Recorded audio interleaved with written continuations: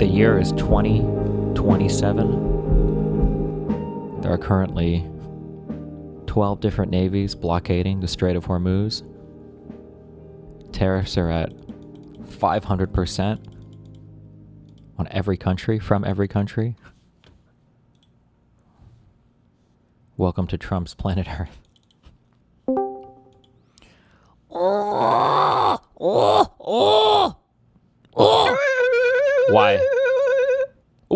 Oh my God! You know what that Racist, is? racist, Islamophobic, racist. No. Apologize. I'm just really excited. Yeah, well. You're the Islamophobe for telling me to stop. Oh, so you're a Muslim now? Hey. Are you a Muslim? Yeah. Today I am. Because otherwise it's cultural appropriation, which would make you the racist. Yeah, I am. You would be. That's a nice house you got there. Yeah, you wish you It'd be a shame if someone firebombed it. What the fuck? What happened with that? What do you mean? The firebomber DM'd you? Well, he just emailed me this manifesto. I don't know why. Jesus. But he emailed like... News organizations, White Nervosa, you said, I think, yeah? Yeah, I feel like the fact that he emailed White Nervosa makes me think that he found the contact info on the bottom of, like, is it like White Leaf, that website they have that... Like, I feel like there must be emails at the bottom of that site or something. I didn't check. Yeah, that guy seemed like a schizo. Oh, so you don't think... No, I don't think is a Sam threat. Altman deserved a firebomb. Wow. Now, I have a idea. About what? Okay, you know how you guys raised a bunch of money for for the digital ground game, yeah? No, what about it? Okay, what if What if? you bought some robots and then we had DDGers who could control them 24/7 and they go and knock on doors? Holy shit. Like on Yeah, now we're Segways? Like the thinking. Dan bots? No, there's like the humanoid ones that like walk and shit too. Aren't those like $4 million each? They're like $13,000. There's no shot that you can get a fully functioning robot that Someone can walk linked one and do... yeah. No. Hold on, let me see if I can Impossible. find it in my history. One sec. Unitree G1. Right here.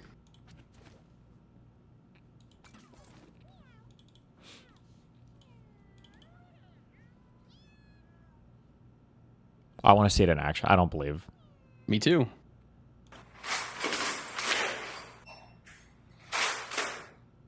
What can this thing even do? I could knock on a door, I guarantee that.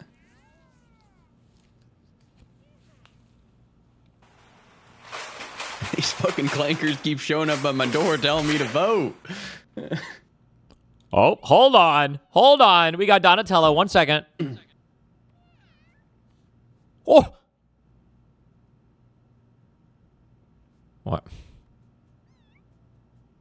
What? This isn't real.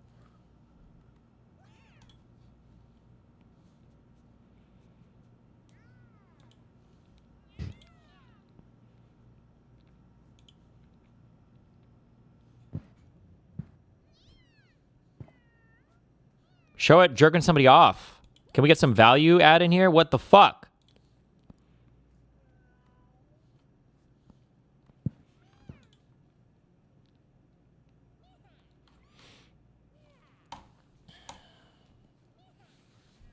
I'll send it to the marketing department. I'm gonna get them on it. God damn it. God, that's gonna be the future, isn't it? There's gonna be fucking robots around trying to hand you pamphlets and shit. Maybe. Oh, wait a second. Hold on. Wait, somebody link my notes for the Tim Miller convo.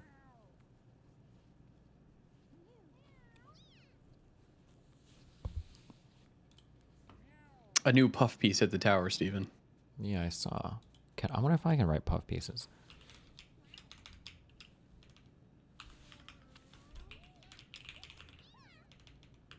You're doing Darius Discord debates today? About what? I don't know. Just randoms that can come in apparently. Oh, nice. Wait, what's link my Tim? Oh, Wow, guys, what's shut up? up. Okay. All right.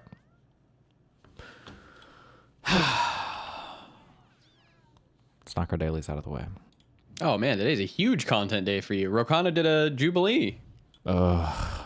God, I Epstein. hate him. Oh, my fan base. Why is my fan base still left? I just need to grow up to be a conservative. Fuck. Oh, you fuck that cuddle up. Shut the fuck up. I'll fuck you up, bitch. I won today.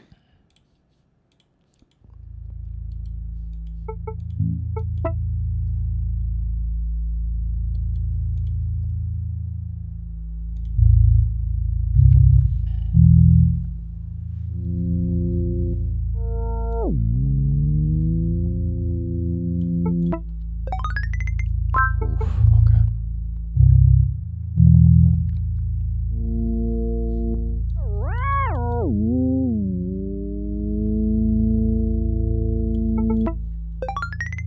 Oh, come on. 8.81. What? 5 cents?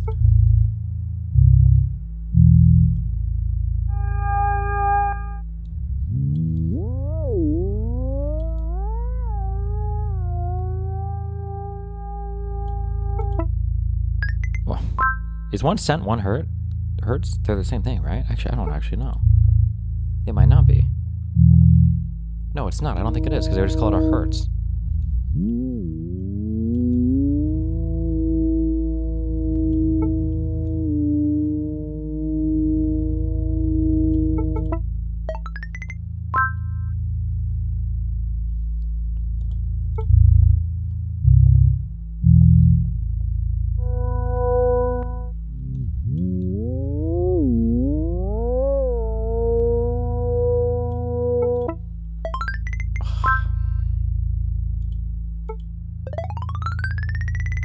Well, actually, okay. What a bad showing today out of you. Really? 47 out of 50? Yeesh.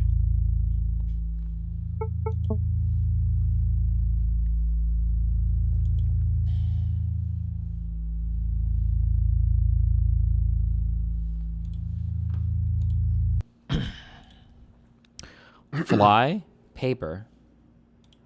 Oh, wait, I'm not streaming here. Hold on.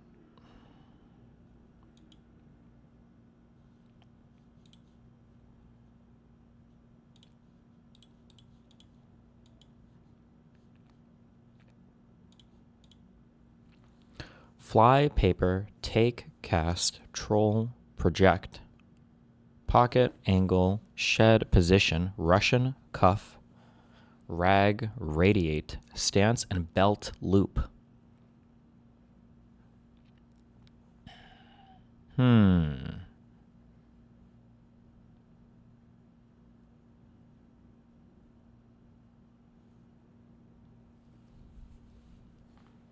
Take, angle, position, stance. Boom!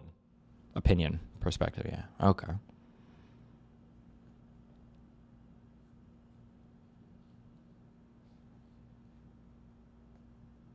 Project, shed, radiate, cast. Boom!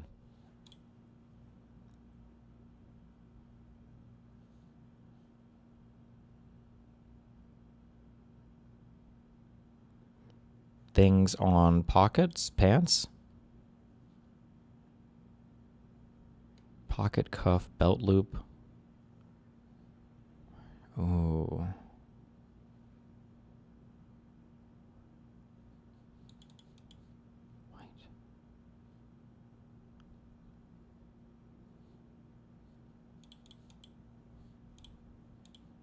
Oh, fly, your zipper. Is there a white... Is white Russian a drink? White paper? White rag? Oh, doll. Paper... Paper doll? Paper doll? Oh, yeah, you've never heard of a paper doll? Or a troll doll? Russian doll. Troll doll, maybe. Paper doll? Maybe. 35-year-old man presents to the emergency department for a feeling of food being stuck in his throat. Ooh, we got a little bit of indigestion. Mm. Oh, fuck. That's just a symptom. God damn it. It's so much easier when House does it. For food being stuck in his throat. I would say that's something with his windpipe being closing. Oh my god. Gastric something. Cancer, for sure. Okay. He reports a history of seasonal allergies and intermittent asthma since childhood. It's lupus. Yeah.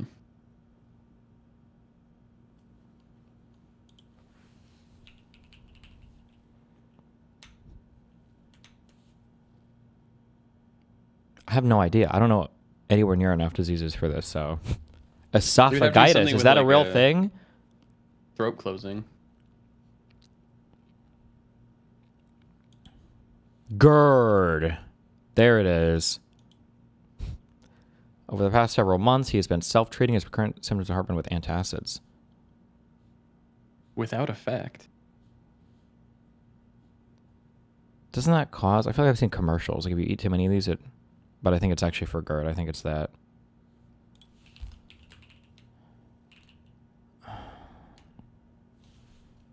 Just tell me the goddamn answer. Hernia? How? Lumbar... no. Physical exam is unremarkable except for mild tenderness to palpation of the epigastric region. He's got stomach cancer.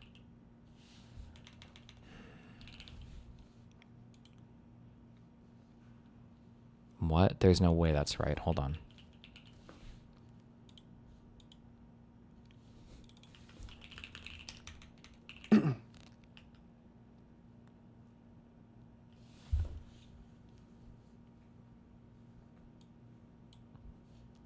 Real doctors are not allowed to participate, okay? I don't even know what this... What does itis mean? Disease of? Esophagitis means disease of the esophagus? Is that what that means? Or is that inflammation? Oh. Eosinophilic. What the fuck does that word mean? Condition characterized by high levels of... Oh. Eosinophils. Oh. Obviously. Eosinophil.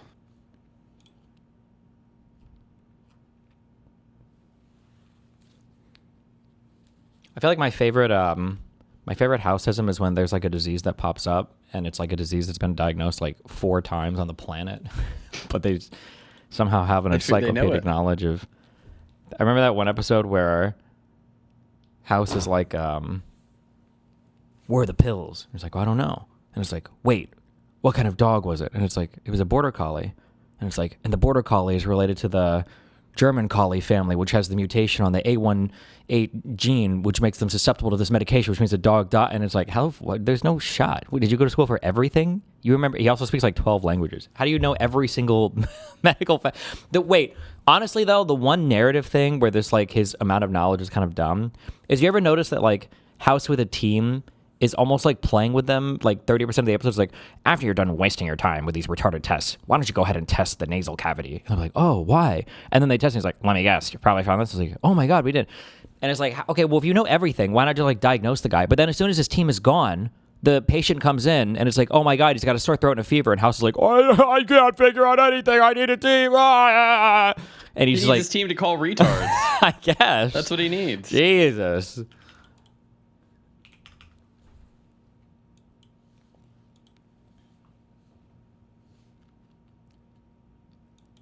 God damn it. I'm going to get triggered watching this.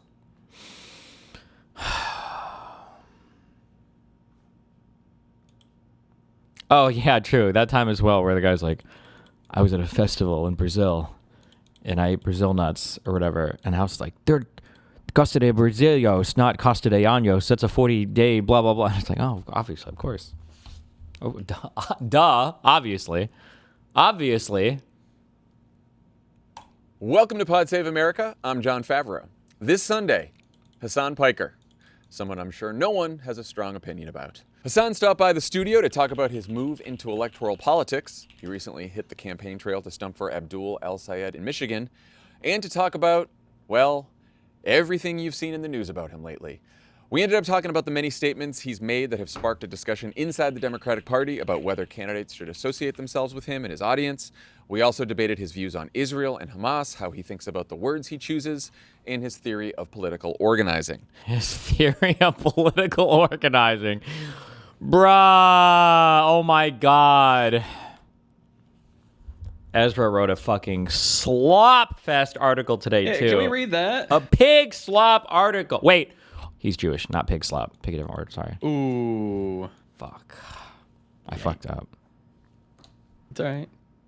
Wait. Dan's Jewish, too. Yeah, but I can be anti-Semitic towards Dan. It's different.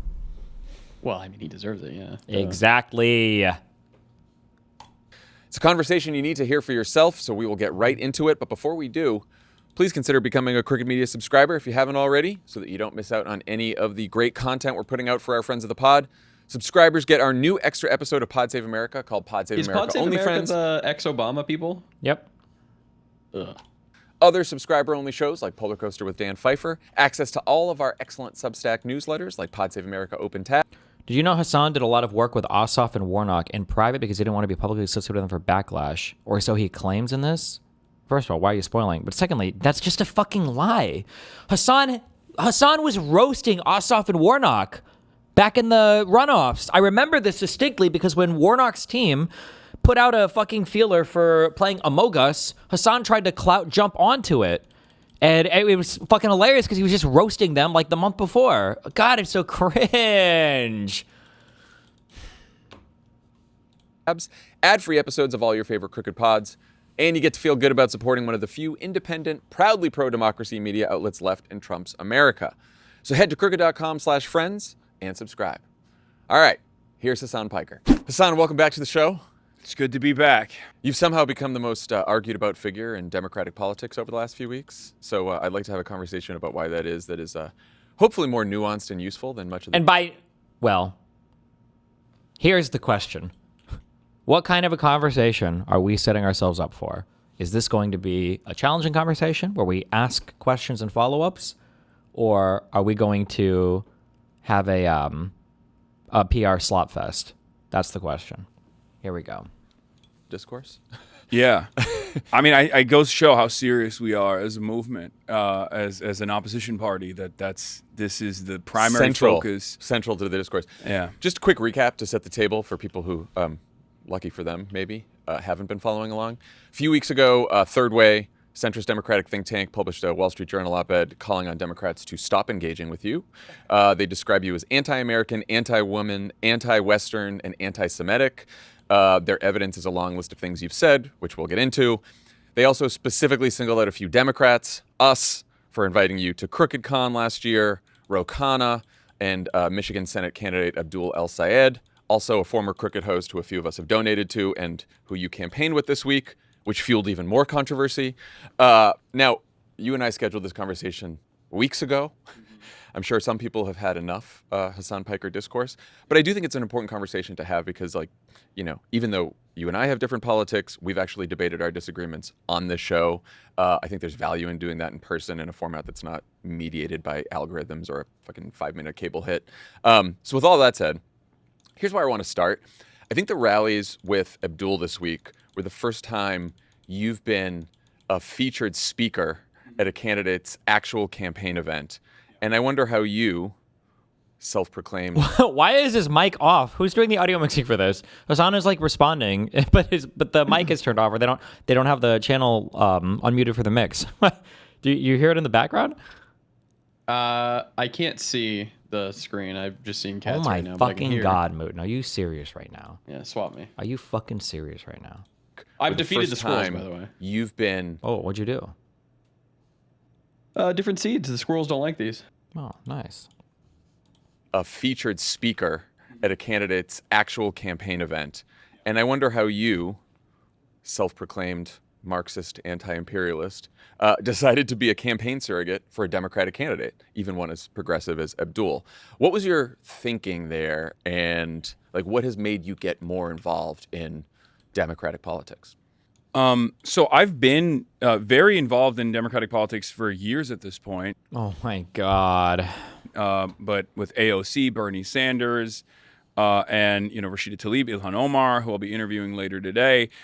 But I've never actively, I guess, stumped for a Actively. candidate. And I'm just curious. I just need to look up real quick. How many times is that word going to be said in this? What does stumped mean? Stumps Like gone to bat for? campaigned with. Oh, we're only going to get one? We're only going to get one actively? Okay. Actively. I didn't even realize, maybe I'm too I'm not old school enough to understand this, but for me, the difference between Abdul coming on my stream, which I've done many times prior to this, and me going to Dearborn and us working out together and eating kebabs, is probably more significant than me going on a rally and talking for 5 minutes in front of a live audience. So I can't. I feel like everybody. I'm not trying to have a big head. I just feel like all of these people are retarded or don't understand. I hope, is this John or what's the name of the guy? The difference between somebody going on your stream is that the appearance is that you're endorsing him. But when you go to his rallies, the appearance is that he's endorsing you to some extent. This is like the difference. This is how these interactions work. They're not just like interchangeable because of like audience size or platform size or whatever. But the other guy rally and talking for 5 minutes in front of a live audience. So I never thought of that as like this major new step. I guess it is, because the DC bubble was like freaking out about it, where they're like, how dare you do this? This is the most devastating thing anyone's ever done. And I like the guy. That's the reason why I did this. Like, I trust him. I think he has a lot of great policy opinions. I think he is much more responsive to the needs of the base than some of the other Democrats that I've been very upset with for many, many years. And I think he's exactly the type of guy that the party needs to have more of. My goal has been very clear since Zoran. When we linked up during the primary, it was a very crowded field, and he was able to cut through that noise and become a beloved mayor of New York now. He did it. Oh my God. I want to get people into positions of power that I align with politically, even if we don't 100% agree. I even have disagreements with Zoran from time to time. I'll text him some stuff. I'll be like, yo, cut this out. Oh my God, it's so cringe. It's so transparently cringe too. Holy shit. Oh, you can also tell how you can tell how inconsiderate he is of all the people that he's associated with too. Like, you can talk to any politician or any large campaign, anybody that I've associated with or affiliated with or not, like anybody that I've worked with, like all of my conversations come with a heavy, what is the optimal way to move for your campaign so that I'm not like a liability? Because there's always something that I'm aware of, what is a way that I can be associated or affiliated with this or help with this without being a liability to your whatever it is that you're doing. The idea that Hasan is so fucking cloud obsessed that he has to attach himself to fucking everything without a fucking care in the world about how it might impact another person's campaign. The fact that right now he's catching all this heat is oh yeah, I'm texting Zoran every single day. Yeah, we talk all the time. Why? It's there's zero consideration for the people around him. It's just a clout opportunity to jump to the next clout thing. For him. Yeah, it's so cringe. Holy fuck. What are you doing? At the end of the day, I understand that politics is in some ways the art of the possible, right? I see that. My expectation is never going to be someone coming out and advocating to seize the means of production. I'm a reformist. Many to my left, which does exist for those of you out there, there are people who are further to the left than me who will say bourgeois elections are unnecessary, and all you're doing is taking away revolutionary potential and feeding Is this it him back pivoting into to the try to seem like Democratic a Party. You're centrist? shepherd. He always Or not does this centrist, when but, he's mask middle on. Yes. Yeah. When he has best friends that he goes out to eat lunch and dinner with every fucking day who don't ever disclose it and are always jerking each other off in the background. They let him come onto their show so that he can sane wash his reputation by coming on and literally doing the exact opposite of what he says on his streams. This is the joke that, I don't know if you caught this when Dan was saying this, when he's like, oh, I just want single payer healthcare. This is what Hasan does when he's in front of the normie dipshits, like Pod Save America and these other people. As he goes on, he's like, oh, I'm just here to vote for I'm just a reformer, guys. Like, I think that we should just make incremental progress and blah, blah, blah. And then on his own stream, it's like, incremental progress is the tool of the capitalist to control you and to make you comfortable with your current environment, and it's to destroy revolutionary potential in America, which is why you can't be content with the two-party duopoly. It's like, Jesus Christ. Like, but like, if you spend any time, well, no, you'd have to spend a lot of time, I guess, to understand how it works, but it's so annoying. Holy fuck. For the Democrats and therefore a reactionary, a social fascist even. But all of that stuff is going to break the brains of your audience. I shouldn't even be getting into that. Yeah, I think if someone wants to improve the material conditions of the working class in this country, if someone says no to unnecessary, like, endless wars and advocates to bring our productive output back home, to work on ourselves, in some ways not a dissimilar message to the lie that MAGA told about isolationism and, no new wars and being the peace president. If someone actually identifies with that and wants to advance that agenda, I'm going to be there for them.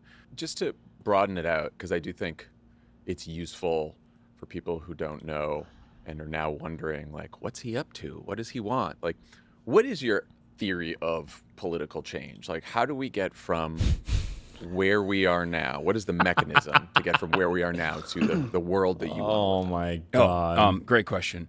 So I am a firm believer that one of the biggest issues in the United States of America, which is the heart of empire, one of the most capitalist countries, is a proto-capitalist country before capitalism and industrial revolution even happened, is the idea that most people do not have class consciousness.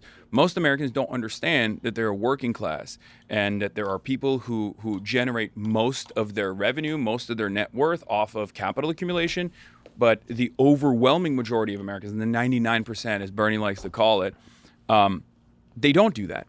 There needs to be a word developed for the. Actually, I don't know when the petit bourgeois. I don't know why that term came into existence, but it describes this like class of people who are so good at selling this concept of class politics, because what it does is it allows Hasan, somebody who at one point maybe still is making 7 figures, 8 figures a year, it allows him to sell himself as being more similar to the firefighter making 50K a year than to the small business owner who's part of the capital evil owning class who might make 90 to 150K a year.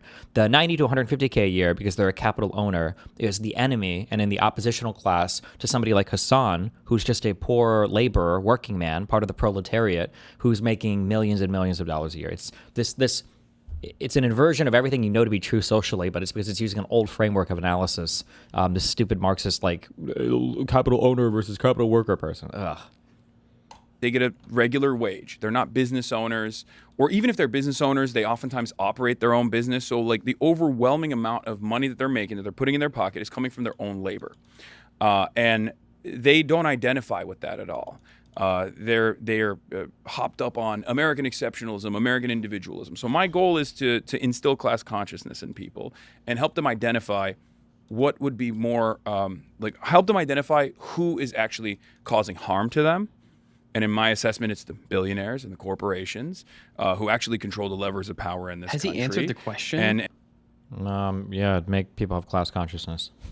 Okay. And not the vulnerable populations, the marginalized communities that the Republicans very effectively take people's frustrations and redirect them towards, right? It's not a trans person or a Guatemalan migrant that's like raising your rent. It's your landlord. It's not a trans person or a Mexican undocumented immigrant that's working in a field that is responsible for why your grocery prices are going up. That's greedflation. Whoever does the audio for the show, when the other person is responding, you have to have the mic hot. I don't know why they do this. Oh my God. And corporate consolidation, that's at the heart of that issue. And when you think about your own show and your own audience, like, what do you think actually changes people's minds? Like, what has worked for you? I mean, talking to them and explaining to them exactly what I'm explaining right now, which is that, I mean, I had this conversation with Theo Vaughn where I felt like, a light switch came on in his mind when we were having this back and forth. He's when I said exactly this thing about, it's not a trans person that's like hurting you at all, but isn't it weird that the Republicans are constantly angling it in that direction and never really talking about big corporations and big pharma and that direction and you at all. But isn't it weird that the Republicans are constantly angling it in that direction and never really talking about big corporations and big pharma and all of these capital owners, all these very powerful people. His politics are so old too. He made the same mistake when he was debating Charlie Kirk. The populist Republicans have moved off of this like ultra pro corporate platform like in 2016. But okay, people that basically run the show in an almost bipartisan manner. And when I have that conversation with a lot of regular Americans, ordinary Americans that haven't put a lot of thought into it, they go, wait a minute, that does kind of make sense. Yeah. I feel like that's not only do I think that that's true, but I also feel like it's a very effective way to try to unlock people's class consciousness. Yeah, and sort of build coalitions of Yeah. people who are different. You have over 3 million followers on Twitch, 1.75 million on YouTube. I saw that you've done something like 20,000 hours of live streaming Yeah. that is all off-the-cuff political takes and responding to viewers in real time, which I imagine must be like constantly fighting with people in your mentions real time. Yes. No, exactly. I mean, so like yes, the Twitch chat, one of the most heavily moderated against Twitch chats in the entirety of the internet, is just like fighting through your Twitter mentions. Good one. Good, true. So true. Jesus. It's like watching a bunch of retarded children stumble through a forest with a blindfold on. It's insane to me that people get paid to do this. Oh my God. I am not surprised that you've said some stupid and offensive things. Oh, they're just stupid and offensive. It's not ideologically bad. It was just stupid and offensive. Oh, now we get to do this segment. So why don't you go ahead would and be a insane wash? same-side one. Yeah, why don't you go ahead and insane wash every single thing you said because it was just edgy and out of context. LOL. I'm even less surprised that you've said stuff that sounds even worse when it's clipped out of context. Oh, slop. Here's what I'm wondering. As you've grown your audience and influence, and as you've gotten more directly involved in electoral politics, do you feel a responsibility to choose your words more carefully, or at least in ways that are less likely to be misconstrued? Yes and no. So yes, because obviously I don't want to cause any harm to any of the candidates that I'm associating with or this movement that I am obviously a part of. What I like to call the left flank candidates or the Bernie-crats, people who are more responsive to the needs of the working class folks all around the country. I don't want to ever be a burden to them because being associated with them is not beneficial for me. The way that DC media... Oh my God. Not beneficial for me to mention about how I'm on my bed texting my best friend Zoran every single day, but it's not beneficial for me. Jesus Christ. Didn't he just say earlier in this podcast that it's more beneficial for like these guys to come onto his podcast than for him to go to their rallies and shit too? Like, oh my God, I don't know. Perceives the situation as like, oh my God, he went out to stump for Abdul. All of a sudden, he's like a legitimate political force. I'm like, I am a legitimate political force. I'm helping this guy. Doing that already. Like I was infinitely more effective sitting at home and just talking shit. Yeah. Right. Than I am sitting in front of a live audience with like 600 people. Although that's still good, and I enjoy it personally, but and I do that for candidates that I trust, candidates that I want to endorse and fight for. But I'm already fundraising for a lot of these folks, right? Small dollar donations from all around the country. Who? When?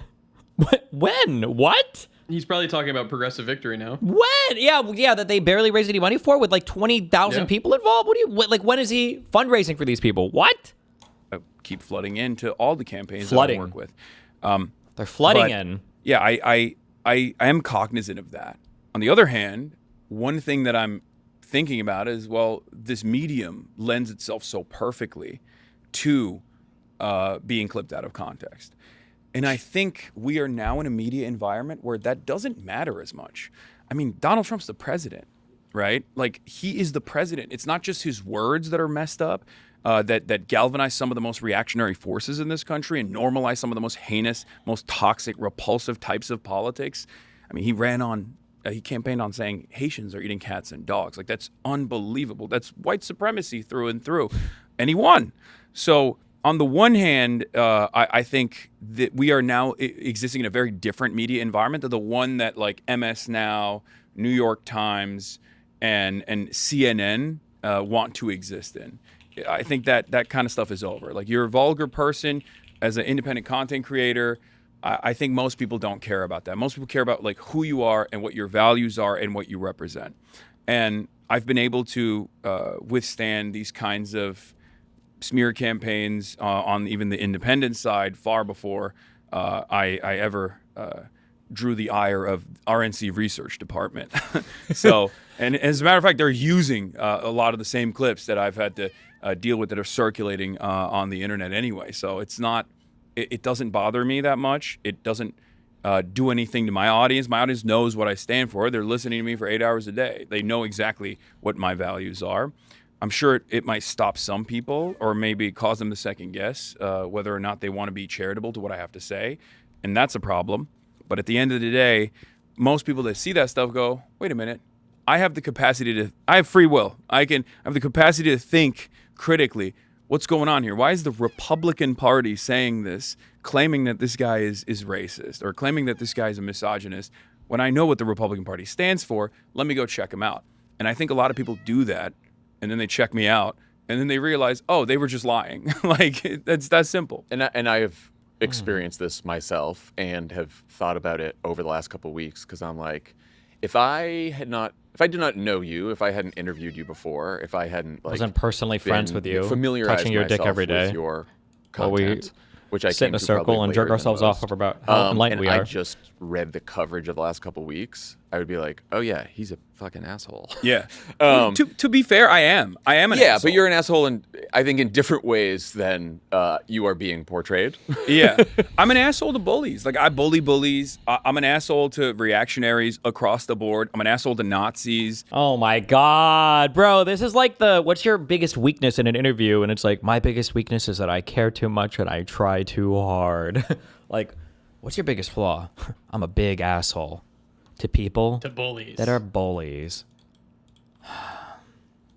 It doesn't matter to me. If you're right wing, if you're a Nazi, if you're a reactionary, I'm not going to be nice to you. Yeah. And I don't think we should be nice to them. This is like a living am I the asshole thread. It's like today I punched a 7-year-old, and am I an asshole? And then the thread is like, so I was at the park and I saw a 7-year-old psychopath with a lighter in his hand and a whole bunch of 3-year-olds that were tied to the ground who were all doused with kerosene. And the 7-year-old was running over to light all of them on fire. And the only way that I could stop him from my wheelchair was to punch him as he ran by me. Am I the asshole for doing this?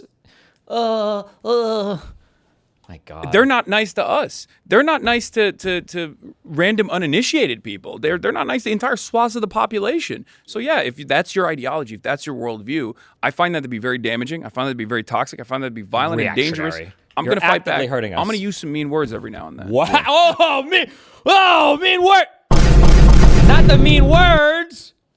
Well, and it's less the mean words, right? Because, like, at least for me, because I was looking through the hit list, which I want to get into here. All right. Or at least some of them. Because there's some where I'm like, that was clearly taken out of context, whatever. There's some where I think like the underlying point is still worth debating or talking about. Mm-hmm. So the one I've seen just about everywhere is, I think this is the most common one, is your comment that America deserved 9/11. Yeah. Oh my God.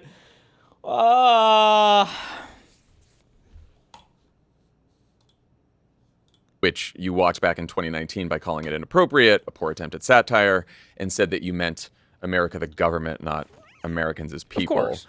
But do you still think that America as a country deserved 9/11? Because saying America or any country deserved to be attacked, to me, is different than saying you understand why they were attacked and what actions might have contributed to that attack. Like, I get the blowback argument, Yeah. but that is different than deserved. Deserved is like more of a normative kind of. Yeah, that was me responding to Daniel Crenshaw, ironically enough, on the Joe Rogan Experience, where he was making this ridiculous argument that, like, we have to go out and fight these people all the time because they hate us because they ain't us. And I was like, that's insane. That's not the reason. Like, and this was actually echoed by Robert Kagan, one of the godfathers of neoconservatism, just last week, where he came out and was like, yeah, actually, we have been messing around in the Middle East for, upwards of 60 years. And that's precisely the reason why 9/11 happened. And that's precisely the reason why these guys say death to America and Iran, for example.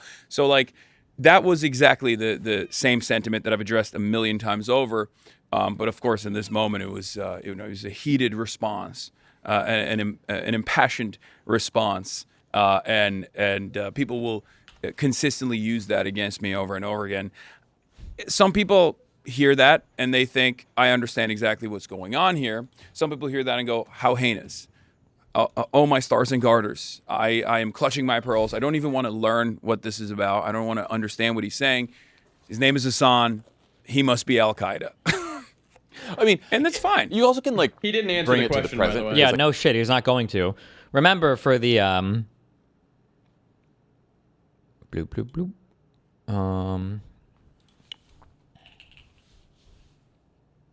How do I only search for titles?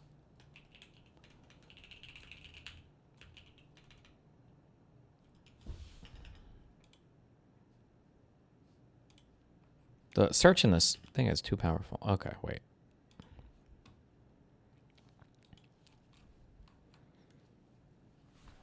Same team.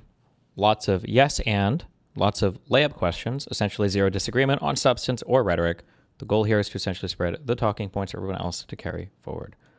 There's going to be no follow-ups. There'll be no anything. It's literally, the goal of every question is just to give Hasan the ability to kind of whitewash or sane-wash his platform. That's it. So it'll be like a question so that you can kind of do your PR, marketing, advertising, and then they move on to the next thing, and that's it. Yep. I have a very real fear right now that because of what Donald Trump has done in Iran, he has increased the risk of terror attacks on Americans abroad and maybe even here. And God forbid one of those happens, we will know that it could be a result of, or at least Donald Trump will have contributed to that. It will 100% be a direct byproduct of everything that we've done. It's look, impossible not to recognize it at this point. Yeah, and it's very easy at that point for me to say, oh, now we know what led to that versus, yeah, you know what, we deserved it. Like, I wouldn't say that. Yeah. But I would say, like, I understand. Civilians don't deserve to die. I mean, I'm anti-civilian murder. I'm anti-civilian death. Put that down. Brave. That's like one of my first principles is that I'm anti-imperialist. I'm anti-war for that reason. I wonder who, when he says anti-civilian death, are there any Israeli civilians? I feel like he's using that word pretty intentionally there, but the host will never call him out on that, but that's okay. Because I don't want civilians to die. I don't want random people to die. I don't even want people to go out and die in the process of trying to kill people. Pod Save America, brought to you by Simply Save. If you're anything like, how can set up an army or Simply Enjoy life in the high country. I want to stay in the theme of violence just for a minute because I think it connects to another comment of yours that's been circulating. This is one from January. Hamas is 1,000 times better than the fascist settler colonial apartheid state of Israel. I stand by that. Well, so I will Okay. Well, so not out of context. Okay. say this is the one But that he's about to bothered run me most when I interference for first him. heard it. What? He's about to run interference for Oh, him. I he feel is. like. He just said it. This is the one that bothered me the most when I first heard it.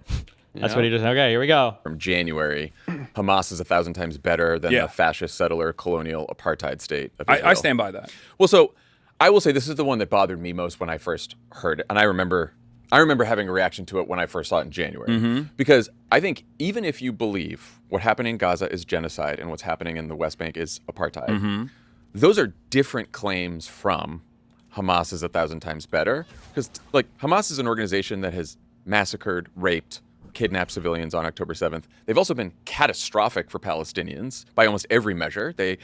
Governance, corruption, they made choices they knew would result in mass civilian death of their own people. So my question is, when you say Hamas is 1,000 times better, do you actually mean that? Or is that a rhetorical move or like a solid? Oh my God, the amount of workshopping is shameless. Holy fuck. Solidarity signal? Like what? I mean, it's all of the above. I do mean it. I think it's a rhetorical move because it frustrates a lot of people. I've also said I'm a harm reduction voter. I'm a lesser evil voter, and therefore I would vote for Hamas over Israel every single time. Wait, is this true? Hold on. Hassan's dad bragging about how he made most of his money landlording and raising rents? No. You didn't see this yet? School. No. And he was in New Jersey. He was in real estate. So from your hometown of Kiddis, that little town, he happens to be in New Jersey Yes. as well. Yes. He's in real estate, and he talks you into this thing? Yeah, Coldwell Banker. He was working for a Coldwell Banker.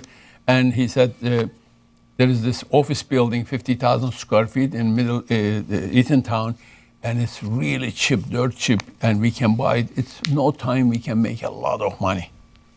So, Did that turn out to be true? no. Shocking. It turns out it was hard to get rich quick. But 50,000 square feet building, only 1/3 is rented, and they were paying unbelievably low. Total gross income of the monthly income of the building was about $5,000. Expenses of building was about $20,000 a month. So you're losing $15,000 a month on top of what you paid for the building? Yes. Okay. Did you get in a fight with your friend? No, it was too late because I was in the middle of it. So you didn't know what you were getting yourself into? No.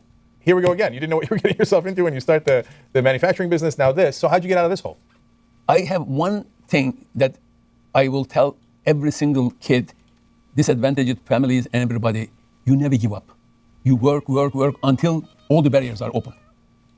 I realized after I bought the building, I came in and I made a little office for myself, and I look at all the leases. My God, this is really terrible. This is going to kill all my money. Everything will be gone, and I will be in trouble. I will go bankrupt. I start to read all the leases, which I never read the list before. And every day I start to come 7:30, 8 o'clock until 6, 7 o'clock. Saturday Whoa! included. He said the meme. One of the leases was for one of the biggest tenant, which was a private school. Okay? In that list, there was a clause. It says, if this building is sold, the new owner can renegotiate the lease. I said, that is something unusual. That's beautiful. Is it true? I took to one of the lawyers and said, yeah, that's right. So I wrote a letter to the people. They were occupying almost 25-30% of the building, and they were paying something like $3,400 a month. It's impossible. I wrote them a letter and said, that's it. Either you get out of the building, which is a big risk because if they get out, I'm in trouble. I'm finished. Or I'm increasing your monthly rent to that time around $6,800 or something like that, maybe almost twice as much. He said, you are crazy. I said, okay, it's your turn. You do it. He took me to court.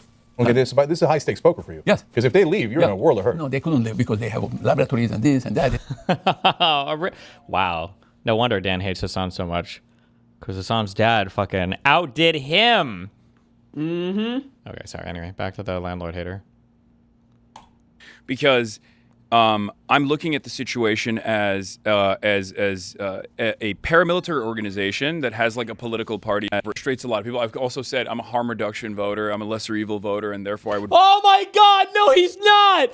Wait, he says now he's a lesser evil voter. How many times he said I would never vote for the lesser evil? Oh. Well, did you not catch this on the first one? He literally says here he'd vote for Hamas over Israel. Wait, did I miss that? Hold on. Mass gonna be civilian in a few deaths of seconds. their own people. So my question is, when Oh, you sorry. That last guy was Hassan's grandpa, not his dad. say Hamas is 1,000 times better, do you actually mean that? Or is that a rhetorical move or like a solidarity signal? Like what?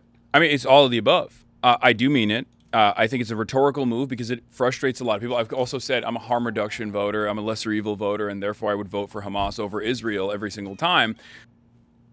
How is it that you can vote for Hamas over Israel, but you can't vote for Kamala over Donald Trump? What? That is a crazy statement. Okay, I'm glad that Hasan said that because I'm sure we're going to spend the next 15 minutes interrogating that statement, right? There's no way that that's just going to fucking sail over this retard's head and he's not going to address it at all, right? There's no way, right?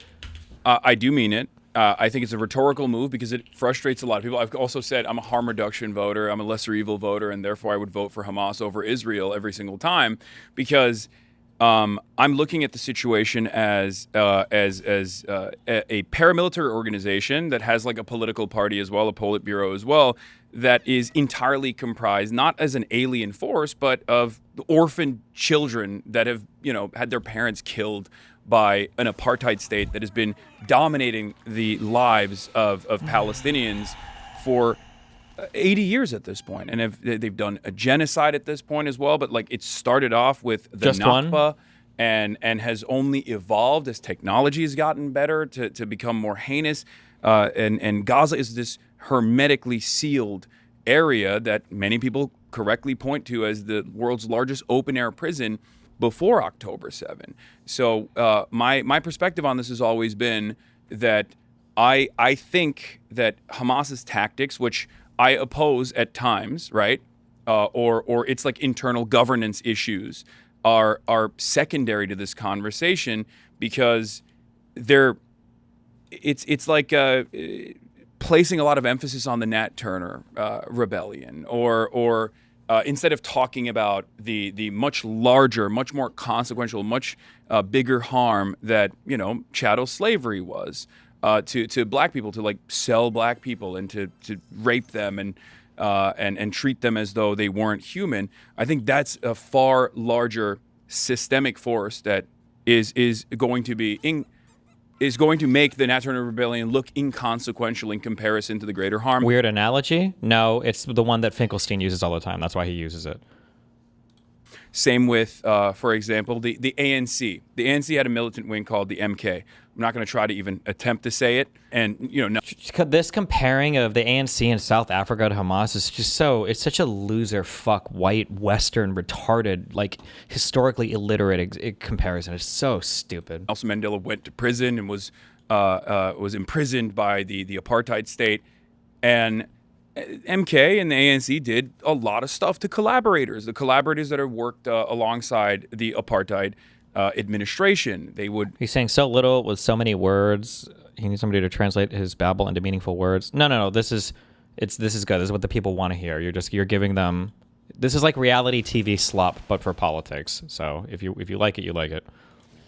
They had a practice called necklacing, where they would put a tire around the necks of collaborators and light it on fire. It was a heinous practice.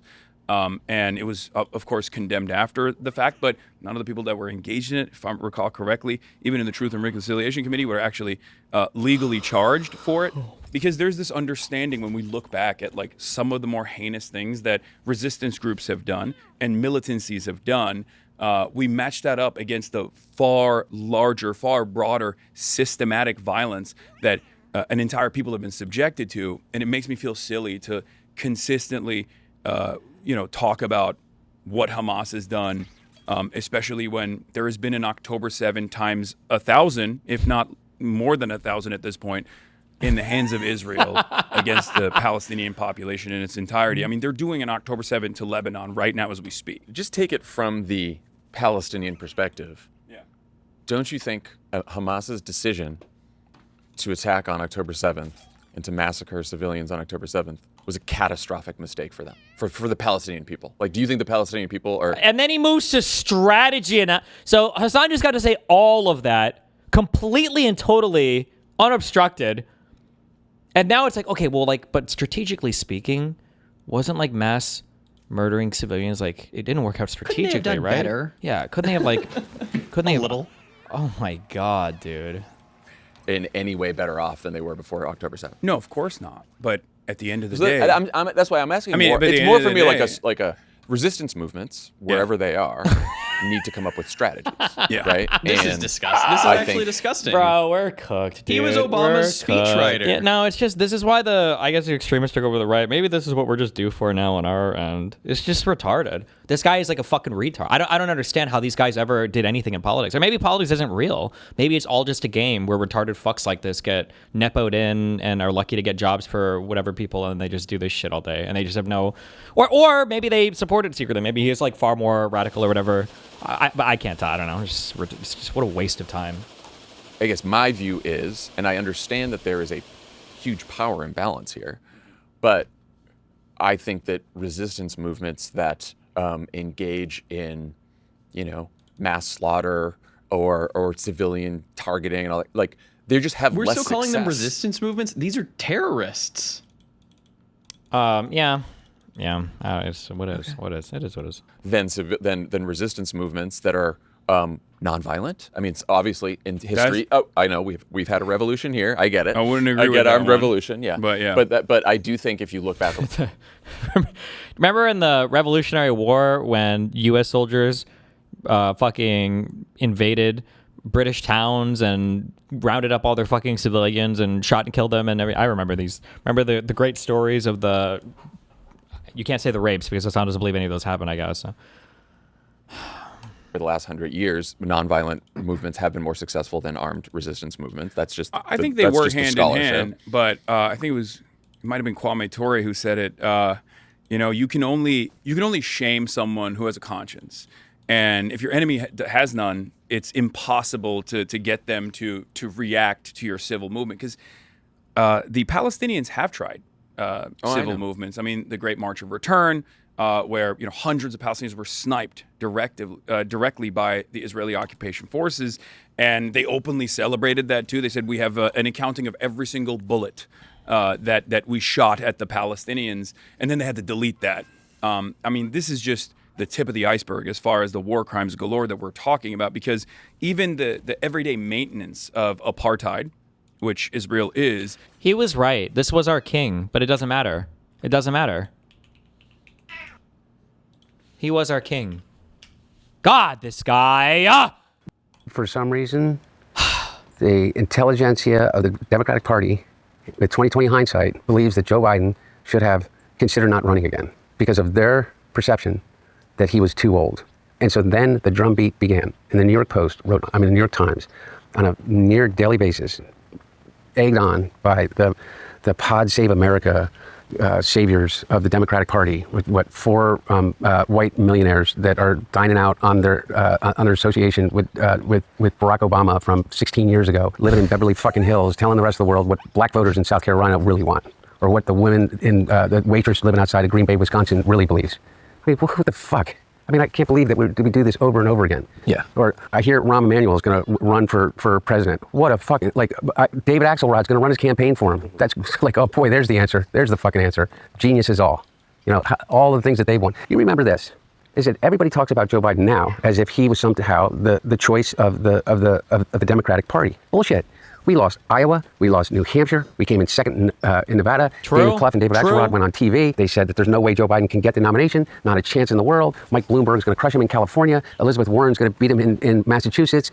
There's going to get wiped out in Texas. He doesn't have the money to run. A lot of rural voters said, fuck you, we love Joe. A lot of urban voters said, fuck you, we love Joe. And they voted for him overwhelmingly. And not only that, everybody said, well, he'll never be able to beat Trump. And then they said, well, he'll never bring us out of COVID. And they said, he'll never be able to pass bipartisan legislation, and he doesn't know what the hell he's talking about, and he's living in a different generation, and he's living in a past time, and over again. David Axelrod would go on and say, the thing about the president is that he is just a man who time has passed by, and he doesn't understand Congress. We passed bipartisan legislation more than any president since Lyndon Baines Johnson, and who had a supermajority in both the House and the Senate, with Joe Manchin and Kristen Sinema.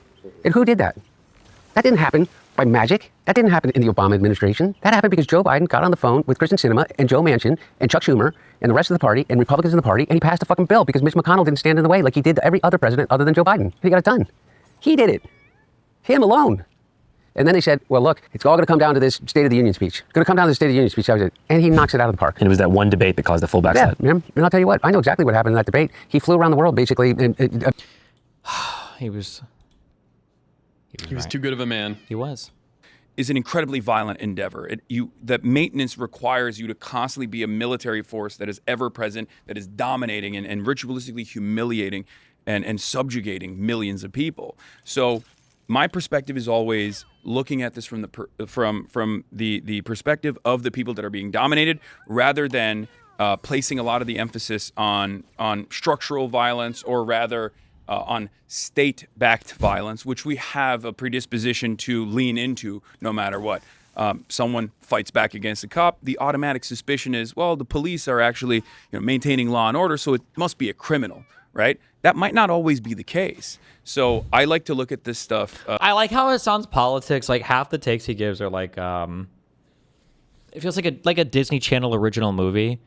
Like the two kids stumble onto a site and a cop is like attacking somebody, and it's like, oh wow, like the cop is hitting somebody. It must be a bad guy. And then it's like, what? The cop is the cop is the bad one. What? Like really? Like in the year after we just watched two white Americans get assassinated by fucking ICE cops. It's like, well, the cops can be bad. You're blowing my mind here, bro. Like, we've had like 20 years of America bad, military bad, cops bad. We had the whole BLM riots. Like, wow, thank you for the 2016 commentary, bro. I feel like I'm in a fucking Darman skit. Jesus. with a more open-minded framework where I can try to figure out exactly what led to. We're trying to figure out what led to it, and it was the bang pigs of Israel. Thank you, thank you. A day like October 7 that was unbelievably violent, right? And I think it's pretty clear that 75 years at that point of ethnic cleansing and apartheid and subjugation was too much. They couldn't bear a it. big part of the driving force. And as far as Hamas goes, we oftentimes talk about just Hamas. It's almost like a catch-all term. Hamas is only one component of the Palestinian resistance. The Al-Aqsa flood was actually conducted not only by Hamas, but Palestinian Islamic Jihad's own militant forces, PFLP, that largely work with and are subsumed by Hamas, but okay. DFLP, and numerous... The DFLP and the PFLP, are these guys even players in the Gaza Strip anymore? These guys were like barely relevant like fucking 40 years ago. How big is the DFLP and the PFLP in fucking Gaza? Because I know, I'm pretty sure PIJ, Palestinian Islamic Jihad, are the I think they're the Al-Quds brigades, and then for Hamas, it's the Al-Qassam brigades. Also, anybody that calls it Al-Aqsa flood is a fucking lunatic. They're an anti-Western fucking lunatic every time. But okay, God, fuck. But Palestinian Islamic Jihad's own militant forces, PFLP, DFLP, and numerous other, even including Fatah militias as well, that still existed in Gaza. So this was a military operation initially that was conducted by virtually every... I know that this is a pro-Pali talking point, but I've never understood why or how. I don't understand why or how this is a pro-Pali talking point. They always like to point out, you know that it wasn't just Hamas, right? You know that there were a bunch of civilian Palestinians and everything else too. And at first when that dog whistle came out, I thought that the point was to say that it was like randoms in Palestine that did it. It wasn't like the Hamas... it wasn't actually Hamas. It was like just random terrorists. But it always sounded worse to me. Like, oh, so you're saying it wasn't the government that was murdering and raping civilians? It was just random civilians from the Gaza Strip? That's even worse. I don't understand, man. Single active organization inside of Gaza. So it's not, that's why I always say, like, Hamas is not an alien entity in the way that we think about them, or we say, oh, they are... they're these like evil oppressors of the Palestinian people. Are there disagreements within the Palestinian coalition against Hamas's governance? Absolutely. What the fuck? No people are a monolith. But the only thing that every single Palestinian, with the exception of those who work for like the Atlantic Council or whatever, that are there to just, do regime propaganda, do Israel propaganda, with the exception of those people, every Palestinian I've ever talked to, Christian Palestinians, who might even have major disagreements with Hamas, who might even be critical of Hamas, will always say the number one thing that we want is the end to the occupation, is the end to the apartheid. The number one thing we want is dignity and sovereignty, and that is what Hamas has been trying to achieve militarily. The message to...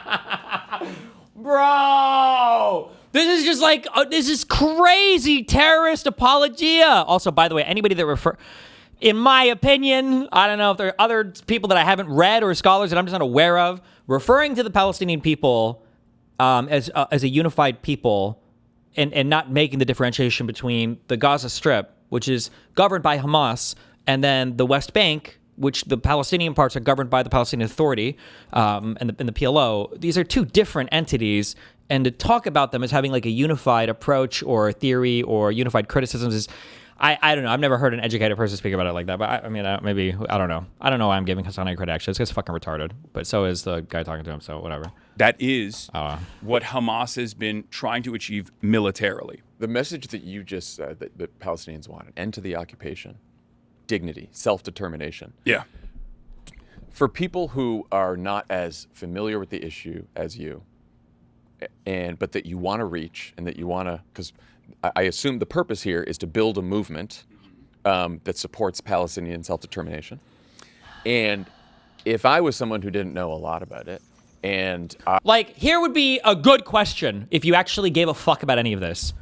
Why not just ask, okay, So I understand the perspective from the Palestinian side because I don't know why the fuck I'm wasting my time hedging here when half you fucking retards, and I'm talking to you, DGG, aren't going to hear this anyway, and are going to come 2 years later saying I've always had crazy, unhinged opinions about whatever because you're literally brain broken on this fucking stupid region of the planet, okay? An interesting question would be because not technically, like, there is a Palestinian perspective that is worth considering. There is a Palestinian perspective. It's worth asking why, you know. Israelis like to say, well, they fucking voted for Hamas, so this is what they get. Well, why did they vote for Hamas? What actually happened there that made them vote for Hamas? What was going on that they were like, why do we have to vote? Like, that's an interesting question to ask, and it's good to interrogate why that happened. But the real question is, for the pro-Pally sloppers, is to say, oh, okay, interesting, you're giving me all the Palestinian perspective. What's the Israeli perspective on this? Why do you think Israelis feel the way that they do about Palestinians, about Lebanon and Hezbollah, about all the surrounding region and their attitude to them? What do you think is causing that? You never, ever, ever, ever, ever hear these sloppers ask this question. You never hear it. You never, ever hear it. Assume the purpose here is to build a movement that supports Palestinian self-determination. And if I was someone who didn't know a lot about it, and I knew that Hamas committed October 7th, and then I heard a message that Hamas is better than Israel, I would be less receptive to the person delivering that message than I would someone saying, look what Israel has done and what the Palestinian people... Like, these are layups. These are layups. You understand these are layups, right? I should explain, like, I should explain how to... I don't know if people understand what a layup is.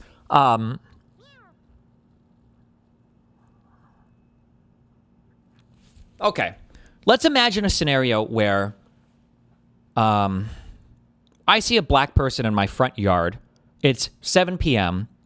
and I get my shotgun from my home and I go out. I trade a few words with a dude and I shoot and I kill him. Okay. And then let's say that I'm the news for it. On a critical show, on an adversarial, hostile hosting, it's going to be, are you racist? Why did you assume he was stealing from you? What did you say to him beforehand? Were there racial slurs exchanged? Why, you've got a history of saying A, B, C, D, and now you've killed a black person, right? On a slopper show like this, right, what a layup question is a layup question. What a layup question allows you to do is the layup question will take a scenario and then it will pose the most low IQ opposition to your action, and then it will give you a chance to answer the lowest IQ criticism with the most eloquent answer available to you in order for you to lie and say that you've addressed the opposition. That's what the layup question is. So a layup question for that scenario would be, a guy would be on a show with me and be saying, so Destiny, so let's be fair. You always say something like this. You always start off with these things. Let's be fair, okay? There are going to be people that see that that you shot and killed a man who was in your front yard. Now, a lot of us, we might be scared. We see people, out late at night. And I know there have been burglaries in your area. And I think you've even had a history of people breaking into your home before. Sure. But like, for the people that say, I think Destiny just wanted to murder a random black person for no reason whatsoever. If I were to see that you shot at a guy who, in the police report, you say he was trying to break in your house, I could see why some people would be critical of that. So why don't you go ahead and address that criticism? And it's like, let me clean my cum up first. And it's like, Jesus, like it's such these are layup questions. Oh God. Message that I heard a message that Hamas is better than Israel. I would be less receptive to the person delivering that message than I would someone saying, look what Israel has done and what the Palestinian people really want. Aside from this organization that is serving them poorly, is most Palestinians just want dignity and they want an end to the oppression. Like, I would feel like, okay, I could get behind that and I'm going to be more attracted to that. Like, keep in mind the framing. Like, what are the... I'm sorry, he didn't even ask him. He gave him a layup and then he answered the layup with his own fucking sandwashing. Oh! That message. I have a policy of saying the truth unconditionally and standing by my principles, even if that's sometimes hard to hear. Oh, he's so brave. Oh my God, he's so brave. Holy shit. He's so brave. Oh my God. Wow, I'm crying for how brave he is. Standing by my principles, even if that's sometimes hard to hear. And that's precisely what I did after October 7 on October 8 when I went live and talked about the systematic forces that have led to October 7. And a lot of people were not receptive to that message at all. And some of which actually became haters of mine and left the community, where I lost a third of my entire community for like the... What? What? He's skinwalking me when I chopped off a third of my fucking community to the crazy commies that ended up becoming Hasan's initial seeded fans and fucking Vosher's fans. He's skinwalking me. What the fuck? Left the community, where I lost a third of my entire community for like the first year of Israel's maximum violence, Israel's genocide, where people simply did not want to hear that message at all. But I know, and I knew back then, that as long as I say the truth, that one, history will vindicate me, and two, as long as I say the truth, there will always be people who are more charitable and more receptive to that regardless. Because I see no reason in sheltering people from that perspective. Do I obviously manage in a much longer format, in a much longer conversation like the one that we're having? Yes, I am obviously more capable of explaining that position. But I think saying what I said there, that Hamas is 1,000 times better than Israel, cuts across that narrative in a way that I think even liberals have to think about, because someone who is immediately reactive to that kind of sentiment that goes, wait a minute, but Israel is a liberal democracy. It's the only democracy in the region. Why is he saying that? They understand at least one part of it, where they think, okay, he's saying, Hamas killed 1,200 people. A third of them were soldiers. A third of them were, on the talking points. It doesn't matter that Hamas killed soldier. Oh, yeah, I know what he's going to say next, by the way. The next talking point is, we don't know how many, but a lot of people were probably killed by Israeli choppers. I don't know if he'll say Hannibal doctrine, but that's the next talking point. But it doesn't matter if you kill soldiers or not. If you are invading a country and you're killing them when you're not actively at war with each other, it's a war crime. It's considered, I don't know if you would...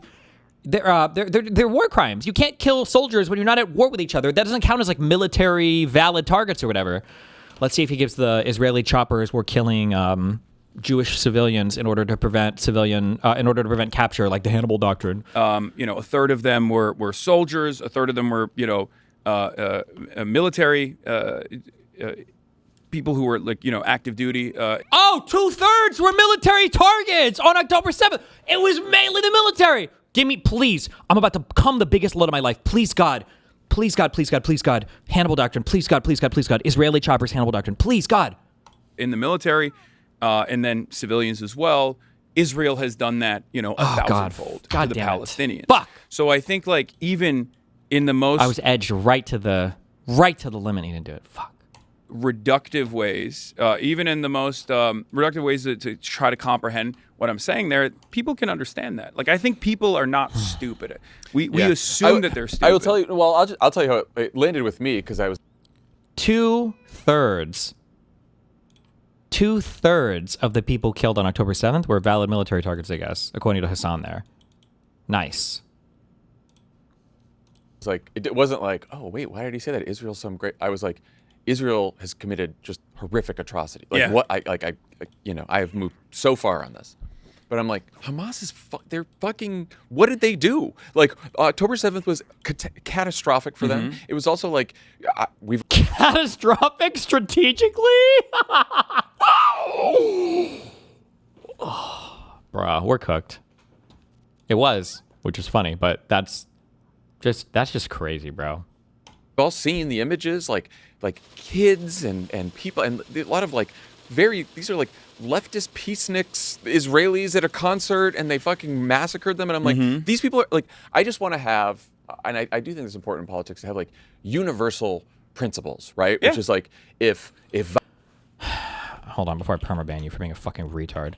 Destiny, I think Hamas did not declare war as a weak point. The reason declarations of war are required by international law is that we don't want misattribution of blame, i.e. false flags or whatever. I don't think October 7th would be a war crime if they only targeted the military. You're dead fucking wrong. If you were to do a surprise attack on a country that you do not have, that you're not at war with, I don't know if you need a declaration of war. I don't know if any international standards call that out, but you're not actively at war with, that it's supposed to be considered war crimes.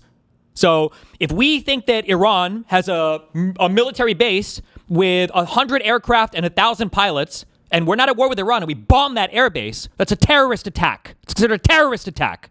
You can't just, even if they're military people, you can't just kill them and blow them up in peacetime when you're not warring with a state and call it, oh, it's a valid military action. It's not true. Violence is always wrong. Civilian violence is always wrong. Targeting children and women, always wrong, no matter which side does it, right? And I do think that it's important, not just from a moral perspective, but from like a building a political coalition perspective, to say, if I think one thing is wrong, one action is wrong on this side, then it also has to be wrong on the other side. Yeah. Even if there is an obvious power imbalance, and even if there is a history. But we don't always do that, is my point. Oh, I know. We don't do that when the dust is settled. We don't do that when the historic forces have played itself out and we look back at it. And I don't see a reason not to apply that same interpretation, because I see both. I see the civilians on both sides as human beings worthy of dignity. Really? And I think a lot of people don't realize that they do have a little bit of an implicit bias, where we've been trained as Americans living here during the global war on terror to collateralize one side and to see the other side as like a European-style country that's under attack. So we have the capacity to see the violence that Israelis are subjected to as like... Destiny, that's definitely not true. What is a surprise attack? You need to declare it was you that bombed them retrospectively, but you do not need to have previously stated the attack was about to happen. Could you cite the international law you are appealing to?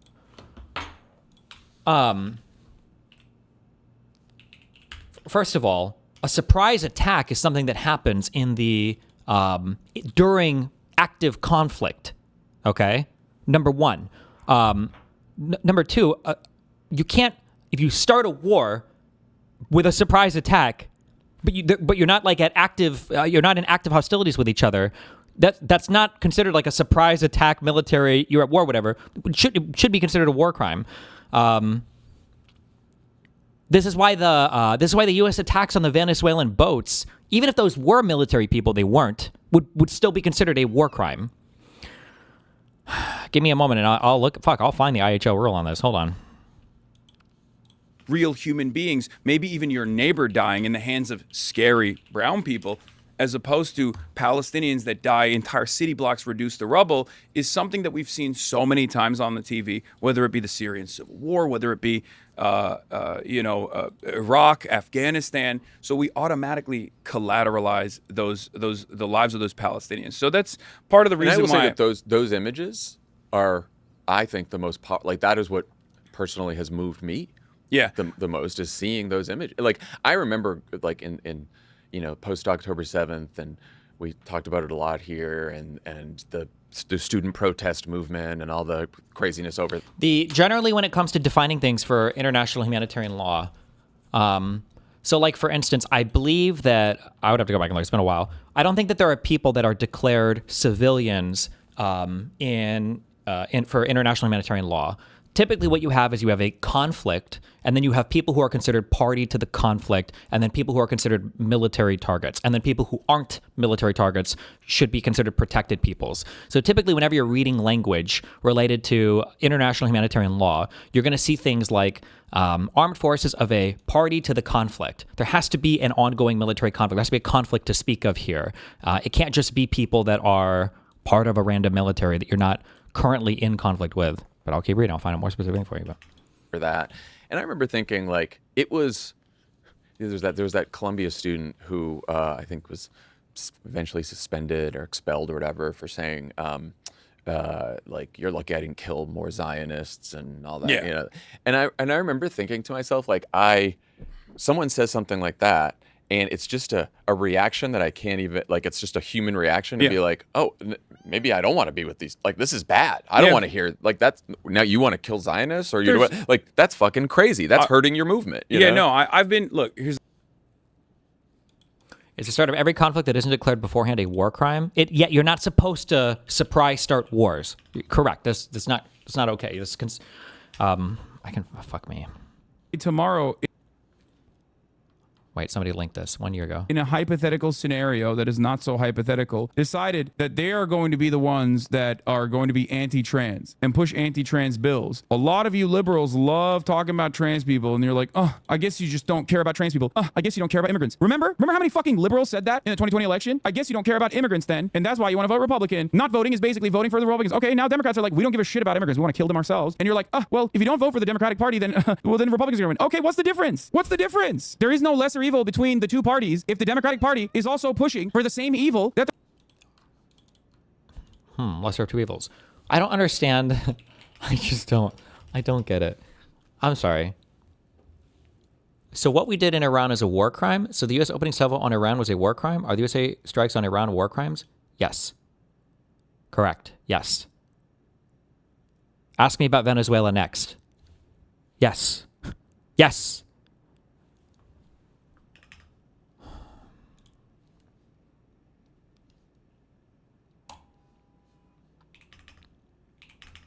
Soleimani? Yes, you're not allowed to assassinate enemy leaders like that. You're not supposed to do that. You can't assassinations to hold on, wait.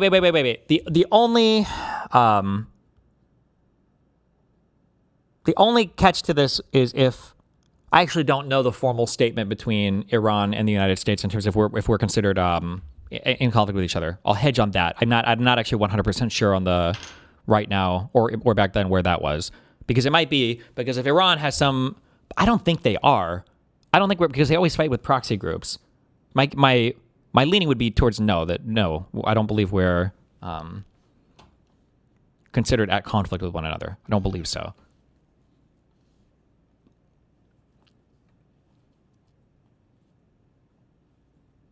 Here's the thing. I've been around protest movements my whole professional media career for a very long time. I've been doing this for a decade plus. There's going to be cringe people. There's going to be passionate people that say unhinged things that I totally disagree with. Yeah. At the end of the day, this is exactly what happened with Black Lives Matter as well, where, there'd be like there'd be someone that says like, yeah, fry him like bacon. And then the media would laser in on that to disparage the entire movement. So I have a policy of looking at what the actual movement represents. Do I identify with those values? Do I agree with them? Rather than, I can't read this and listen to him at the same time. Hold on.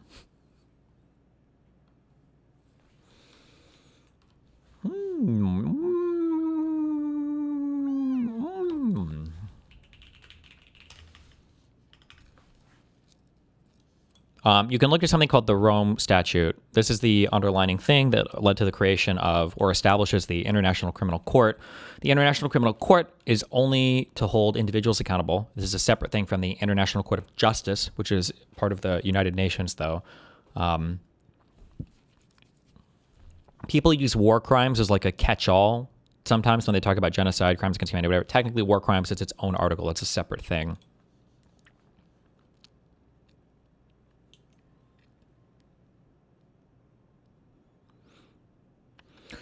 For the purpose of this statute, crime of aggression means the planning, preparation, initiation, or execution by a person in a position effectively to exercise control over or to direct the political or military action of a state of an act of aggression which, by its character, gravity, and scale, constitutes a manifest violation of the Charter of the United Nations. I believe that by this, what they mean is every nation has a right to its own sovereignty, has a right to its borders, its people, its laws. You can't aggress on a nation, obviously, by fucking bombing them, murdering their people, kidnapping them, or whatever.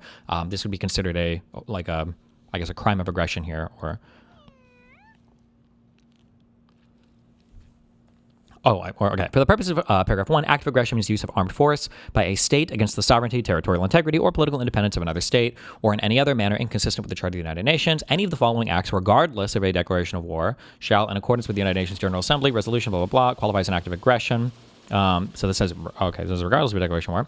The invasion or attack by the armed forces of a state of the territory of another state, or any military occupation, however temporary, resulting from such invasion or attack, or any annexation by the use of force, bombardment by the armed forces of a state, the blockade of the ports or coast of a state, an attack by the armed forces of a state on the land.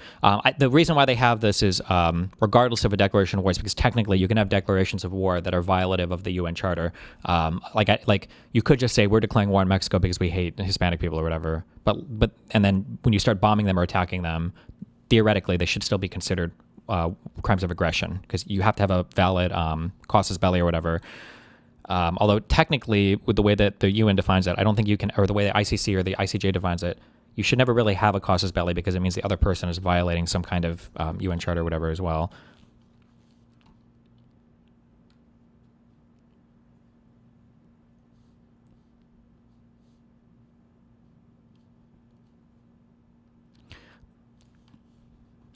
You can't blockade and attack by the armed forces of the state, bombardment, elements of the crime.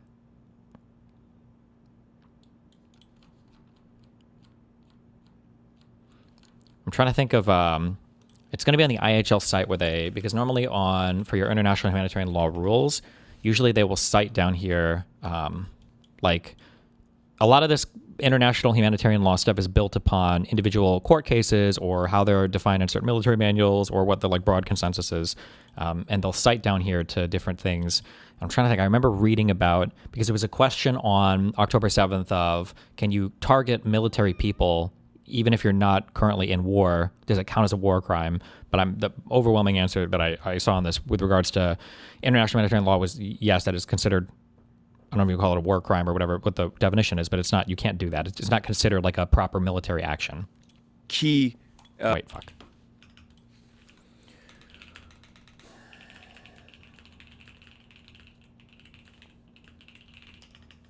Did the U.S. ratify this? International humanitarian law is considered customary, I believe, meaning that these rules develop over practice of all nations over time. So basically, if everybody acts in a certain way where they believe that a thing is true, then that becomes true, and it is. So I think it's referred to customary law or customary international law, which I think is where a lot of these rules develop from. Like a lot of these rules can come from the Geneva Conventions, or it's like additional protocol 1 and 2, I think, are added on to the Geneva Conventions. You see these cited a lot. Some are just practice that have been longstanding practice forever, but it's considered like customary international law is just considered you have to follow these things. So every single rule that's listed on this website, you don't have to ratify anything. It doesn't matter if you ratify a thing or not. Every single nation on the planet is expected to follow all of these rules. And then if you don't, theoretically, you could be held accountable depending on the ICC charges individuals, the ICJ targets countries. But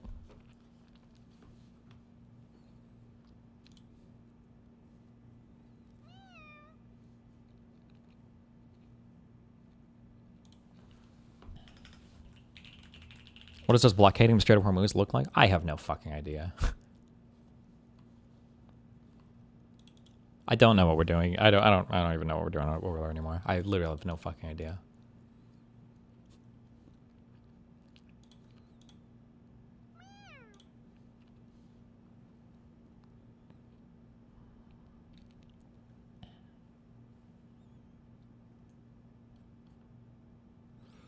Right, Article 2.4 of the UN Charter governs the question of jus ad bellum, and because the only way to satisfy it are self-defense or a UNSC resolution, there's no way to start a war in a lawful way without committing the crime of aggression. Sure, okay.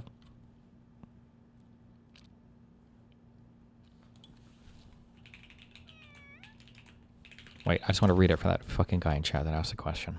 Hold on.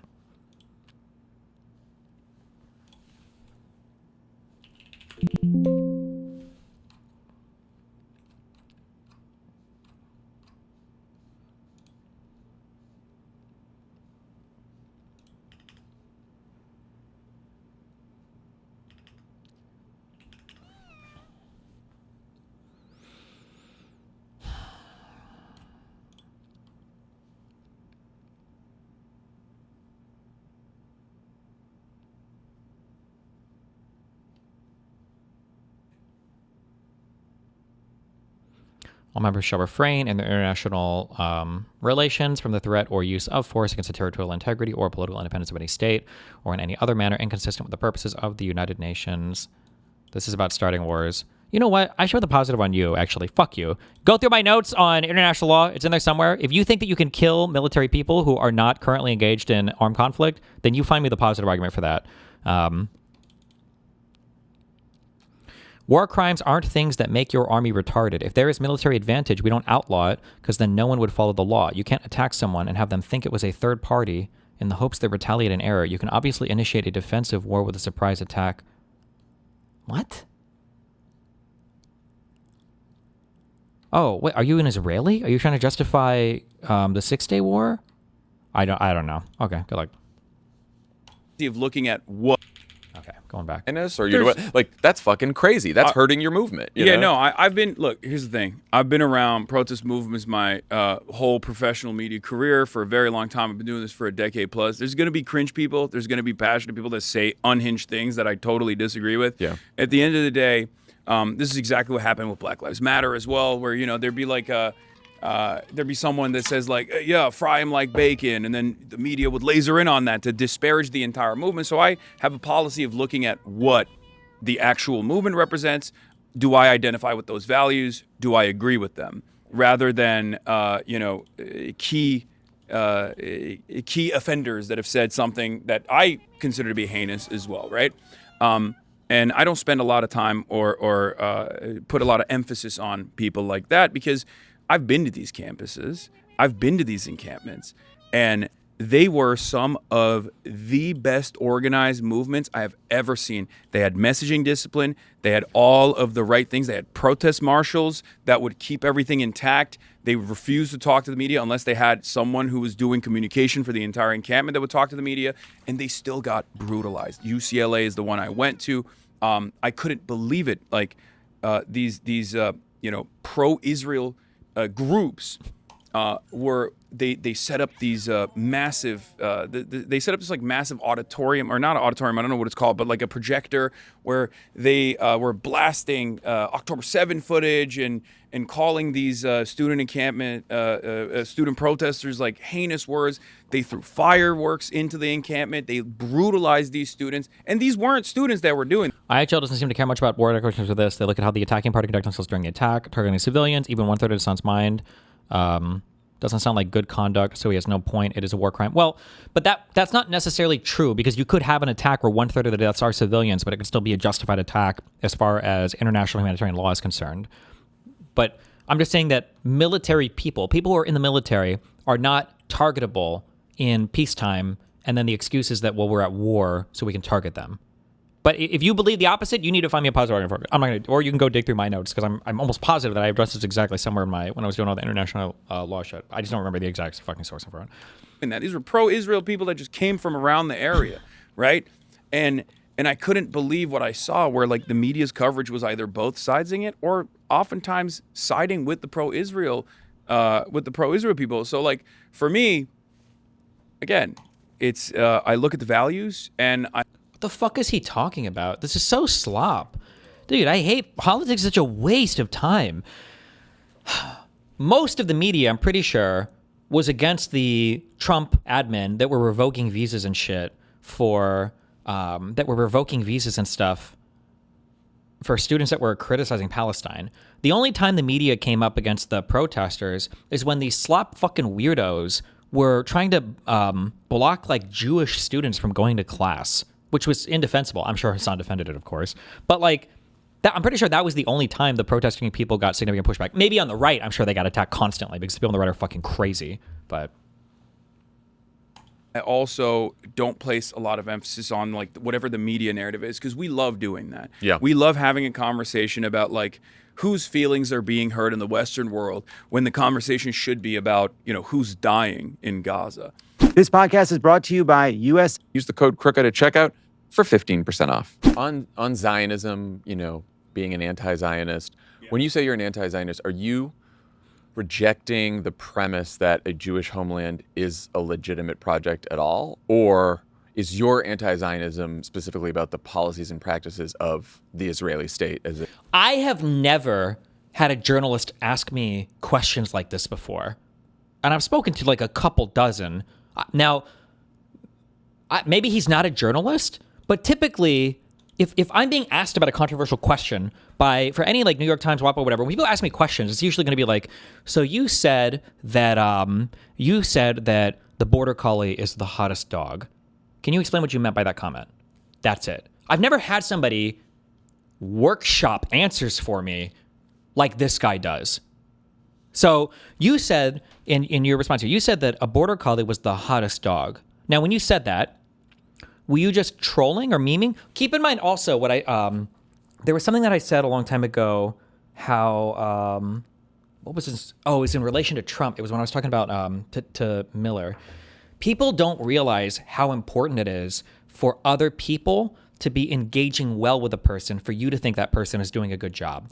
There is a reason why studio audiences were added to every single sitcom in the fucking forever, 5 decades of sitcoms, or why there are studio audiences for The Night Show. If Trump is up there, this is why I said one of the criticisms that I gave before that I think, it sounds crazy, but I think this would have saved our country, is there should not have been live audiences for the American presidential debates. They shouldn't have happened. And for the for Donald Trump to make a joke and for nobody to laugh, it would come across as incredibly stupid and crass, and he would stop doing it. It would be very awkward for him to make like a crass joke. But when there's an audience clapping along, whoo, you can say anything. Because the impression is like, oh shit, this is kind of funny. I'm kind of laughing. It's pretty good. It's pretty good. The people don't realize like how much that helps. So when which one is this guy again? I thought this guy was the John guy, but I think this is the other guy, right? When somebody workshops an answer in front of you, and then you kind of agree and vibe along with it. Oh, this is John. When you agree and vibe along with it, it builds so much more credibility for your answer. This is why I don't think a journalist would workshop an answer in front of you, because they know that it's going to bolster whatever answer you give. Is your anti-Zionism specifically about the policies and practices of the Israeli state as it exists today? I think Zionism is a fascist ideology. It truly. And how do you? Because I think part And of I'm the not issue. alone I think in this this. is like a definitional issue for two. Oh my God! Yeah!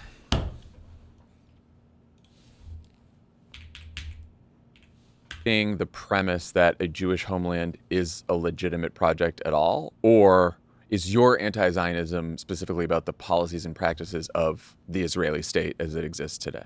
I think Zionism is a fascist ideology. It truly. And how do you? is. Because I think part And of I'm the not issue. alone I think in this this. is like a definitional issue for two. Oh, yeah. I mean, sure. obviously, but I do Yeah. think that like there's probably a lot of. I think a lot of probably. Is it possible that they are fully on his side and actively wash him because they want to make this normal? No, I just think that there are areas that if you're not in them, you just can't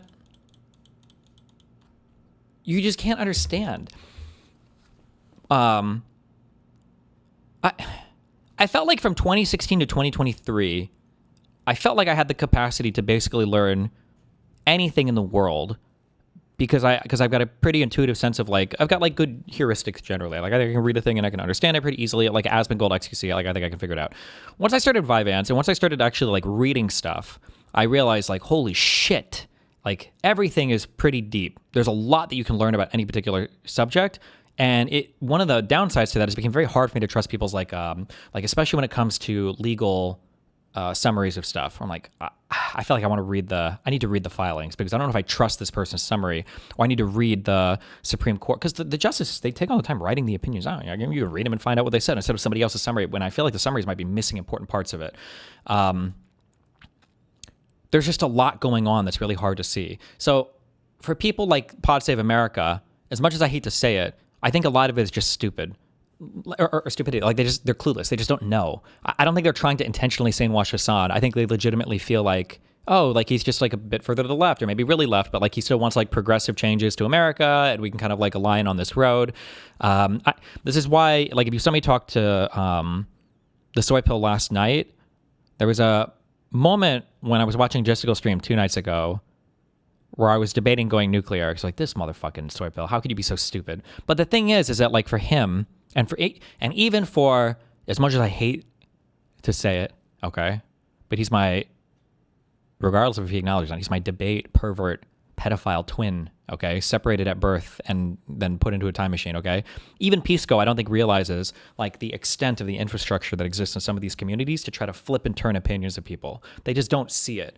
And, whether we're talking about Pisco or the Soy Pill, like not realizing that this one person that might be DMing them is actually connected to such a huge network of people that are kind of intentionally doing these psyops everywhere. Like I see people are now posting because these guys have been making overtures towards Hasan's community, right? Is Gisticle in them, and now you've got them posting Gisticle's tweets directly on Hasan's subreddit. I saw this earlier, especially probably because the attacks against Hasan have ramped up. But now you've got Hasan's subreddit is reposting Kiwi Farms clips of Melina to their subreddit to try to attack me. Like all of these people are working together in the background, and it's just really, really hard to see that unless you're really steeped in it. You know, it's really difficult to see it unless you're super steeped in it. So,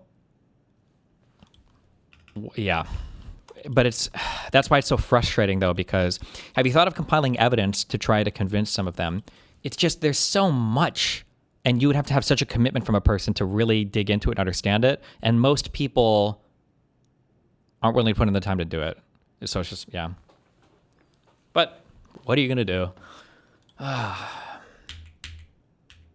I do think, I mean, like, I'll say this. I should say, like, I shouldn't get a pass. These guys shouldn't get a pass. Like, I can give these guys, the pod save people shouldn't get a pass. They should know better. They should know better. What do you? Because I think part of the issue. I think this is like a definitional issue for two. Oh yeah, I mean, sure. obviously, but I do think that like there's probably a lot of I think a lot of probably secular liberals and even secular Jews in this country who think of Zionism as they do. Like I like the idea of a Jewish homeland, yeah. and do not think. Like, here's the thing that I don't understand. I also hate this because John summarized in the very beginning of this why I fucking hate people like him in the whole podcast world and why it was a fucking mistake. And we need to go back to Rush Limbaugh called it the drive-by media. We just need to go back to clips. He said in the very beginning,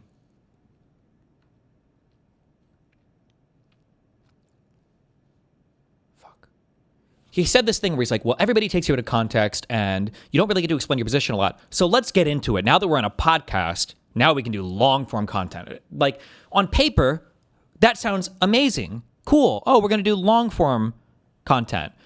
Where are the follow-up questions on anything? Why do we not have follow-up questions on anything? So like the Zionism question is a really interesting question, but they never go anywhere with it, right? Oh, so Zionism equals fascism. Why? Because it necessitates Jewish people kicking Palestinians out of their homeland. Oh, okay. Next question. Hold on. Okay, well, let's say that we get rid of Zionism, and now there's no more, Jewish majority state? What happens next? Can we just ask one level deeper? One level deeper! One level deeper! What happens next? Like, talk to me about... Don't make me propagandize for this fuck country that I hope sinks into the fucking ocean tomorrow. Okay, I hate Israel. And I hate everybody over there. I hate all the Middle East, okay? But here's the question. If you were a Jew and you could live in any country in the Middle East, okay, and you were a random Jew, where would you live, right? Obviously, everybody would say Israel, right? If you were a Westerner and you could be dropped into and live in any country in the Middle East, where would you live, right? You would obviously choose Israel. But the real fuck shit is if you were an Arab and you had to live in a country anywhere in the Middle East as a random person, where would you live? There's like a decent chance you'd probably want to live in Israel too. Like there's something is happening here that is not cohesive with the idea that it's like a fascist, genocidal, apartheid, racist, horrible, terrible state. Like it's just such a stupid fucking... It's just such a stupid fucking concept that is never explored ever. It's never addressed ever. Nobody ever digs into it ever. Like, just ask more questions and talk about it. Secular liberals and even secular Jews in this country who think of Zionism as... They do.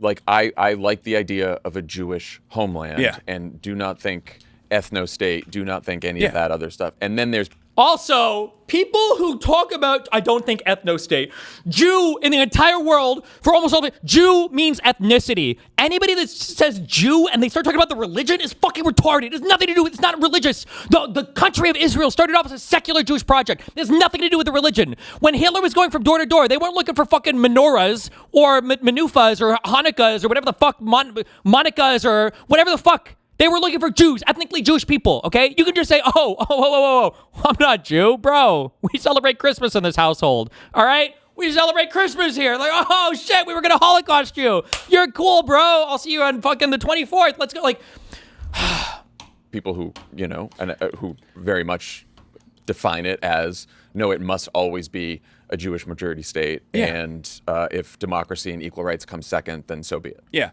every state, to some extent, we're so spoiled in the West. And in a way, I love this. I love that in the West, we are so over kind of like ethnic stuff that, like I say this all the time, like even our Nazis are incredibly multiracial. And I love that. The only guy at that UCLA student event that we did that was brave enough to come up and called himself, he said, I'm a white nationalist. And I was just curious. I asked him, like, how do you define, like, who would be allowed? And he was like, you have to be 75% white. First of all, white is that's just a very funny American to your cons, like white, just white. Okay. So, but then 75%, what does that even mean? Because like, I'm pretty sure if you look at what the average mixed race child looks like with like one black parent or what would it be? One black parent, one white parent, and then another family with two white parents, and then those people have kids, and then the mixed race and the white person have a kid. Would that, I don't know if the way that kid looks on average is a person that most white nationals would be okay having in their movement. But like, it's just, I'm sorry. I hate Trump. Please, Trump. If you're going to be unhinged, just do one thing so we never have to talk about these people again. Jewish majority state, and if democracy and equal rights come second, then so be it. Yeah. Well, that is what has happened, right? Like all of these Arab states in the region, many of them like explicitly call out Arab as part of their like the charters and constitutions of these countries. Like they all but the thing is, you never hear about them being ethno-states because there aren't 50 million random other group of ethnic people trying to immigrate to these countries. It doesn't happen, like it's just not. Which is de facto, that's what we have right now. It's de facto what we have. And it's so funny too because why did the Palestinian Arabs? Why do they even want? Why are they so mad that Jewish people are even in Israel? It's because they wanted to create a pan-Arab state. Pan-Arab, all Arabs, all similar ethnicities. Pan-Arab. That was the whole goal initially. It's okay. I don't care. Now, and it was something that we were always going to head in the direction of, because, I mean, even Stalin was a big advocate of Israel initially. I mean, they were. The Soviets spent so much time backing all of the Arab states in that region. It's one of the reasons why some people think that maybe, peace with Jordan and everything finally kind of settled and the region kind of settled down after the fall of the Soviet Union. It's like, okay, no more Soviet Union backing these guys. I kind of got to chill out a lot more, but peace with Egypt came prior to that. But the Soviets were big backers in 56 and 67 and in 73 of the Arab states, but whatever. Okay. The ones who trafficked weapons in 1947 that were used on Palestinian villages by way of Czechoslovakia, right? Illegally going through the blockade. There was this idea that because Jewish people that were buying the weapons, but that wasn't because the Soviet Union was making a concerted effort, a deliberate effort to support the Jewish state. But okay. I can't even tell the difference between Middle Eastern Jew and Arabs. Is there really an ethnic difference? Don't tell Jews that, and don't tell the Arabs that. But technically, over half the Jews in Israel today are descendants of, I think they're called Mizrahi Jews, so they are Middle Eastern, yeah.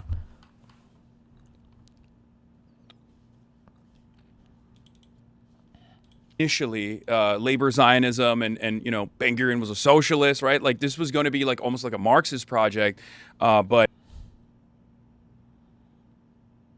Okay. But it was just ethnic cleansing from the start. And my assessment on Zionism as an ideology is not that different from Albert Einstein's assessment of Zionism. Dude, this has to be considered self-harm. It's got to be self-harm. Listening to this, they're just not equipped, bro. They just shouldn't even be having him on.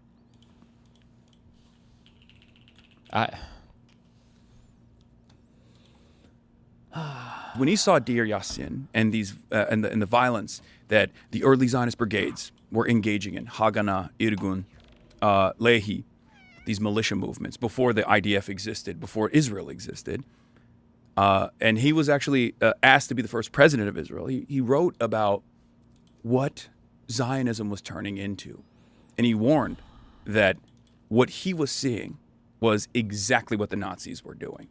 And he warned about it. He said, if we do not have a commitment to binationalism, if we do not have a commitment to the people that are already living there, the atrocities that I'm seeing that, Zionist brigades are engaging in right now, committing right now against the Palestinians, is going to turn into exactly what the Nazis have done.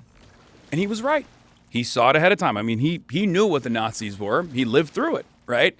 And so my perspective is shaped by people who have done either extensive research on this, like Israeli historian like Ilan Pappé, Avi Shlaim, or people who have lived through this process, many of which are Jews who have lived through this process. He has not read a single Pape or Schlein book in his life, by the way, but that's okay.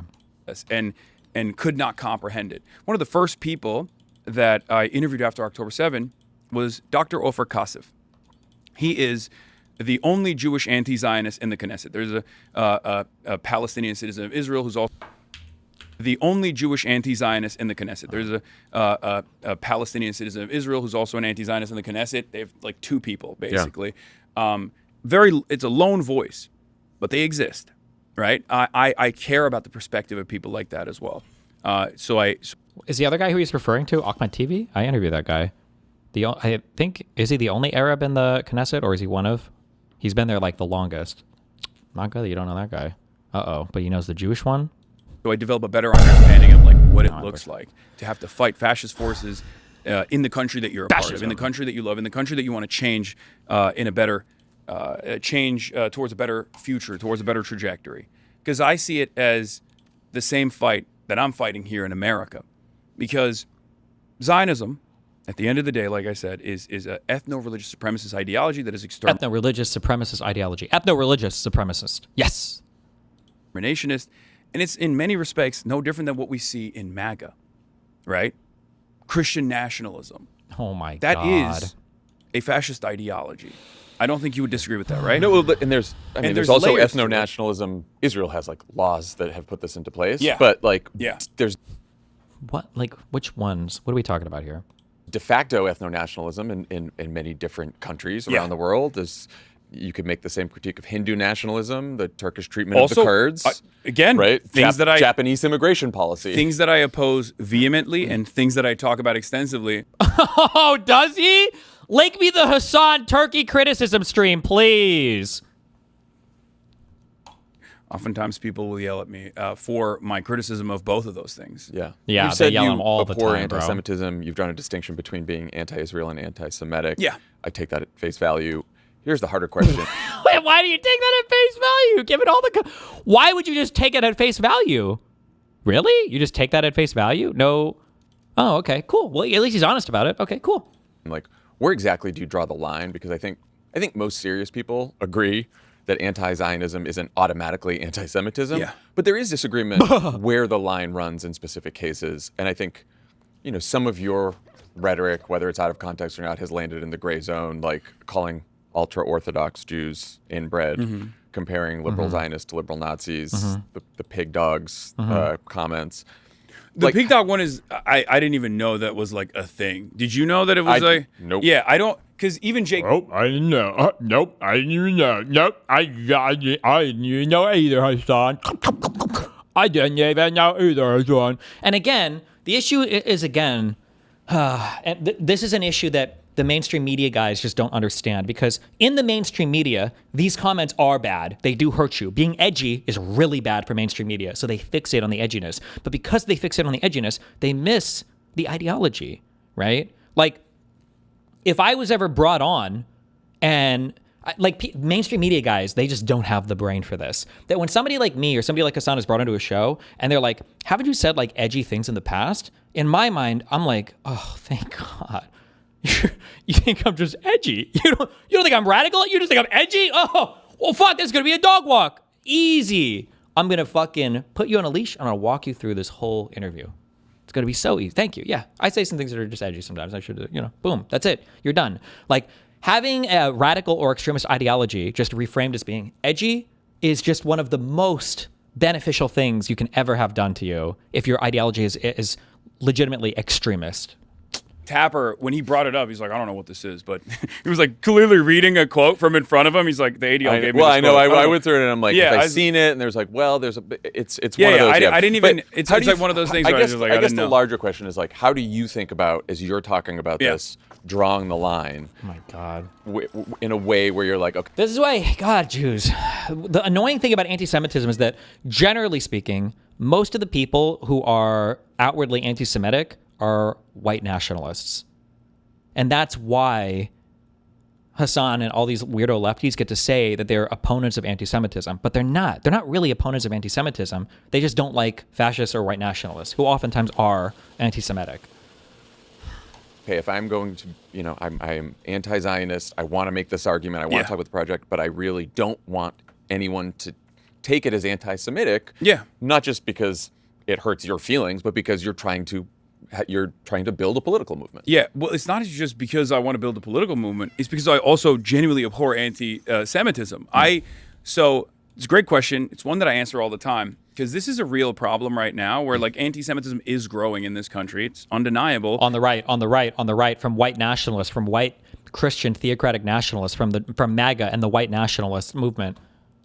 As it historically always has, whenever Israel does these sieges, the mowing of the lawn operations, and is doing it, and it's Anti-Semitism is just Israel's fault. Fuck me. How was I supposed to know? Also, that mowing the lawn comment, wasn't that a comment made after, I thought that was after Cast Lead in like 2008? When was the first time that mowing the lawn comment was made? And people got real mad about that one. Trying to remember which operation. It was in 2005. So the idea that this has been a thing historically, but whatever. It's tying itself to Judaism in this very sinister way, and is doing it as whenever Israel does these sieges, the mowing of the lawn operations, and is doing it, and it's tying itself to Judaism in this very sinister way. And people see that and they think, okay, well, this. So sinister Israelis tying themselves to the Jews. Oh my God. This is the Jewish state doing this. Apparently in Hungary, Orban is losing and he's thinking about running to Russia. Chat really wants you to know that. There you go. Maybe it's the Jews, right? There's already a lot of people that have these opinions about, Jewish billionaires and Jewish millionaires controlling the media, controlling the banking system. So like it pairs up perfectly with what they're seeing. Yeah. And we've definitely seen a great deal of that, right? So what I try to do is stress the importance and showcase that there are good Jews. Like, what are they called? The Voices for Peace? What do you call these people? Is it capos? The name that that's a mean one. And it's like the Uncle Tom, I think, for Jew.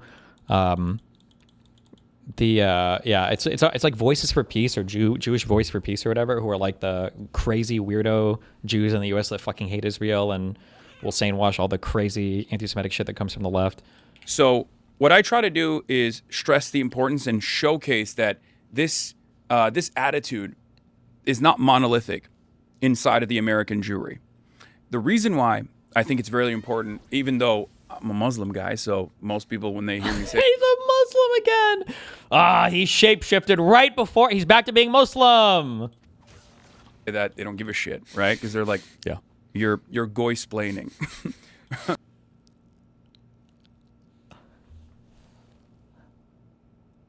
Who is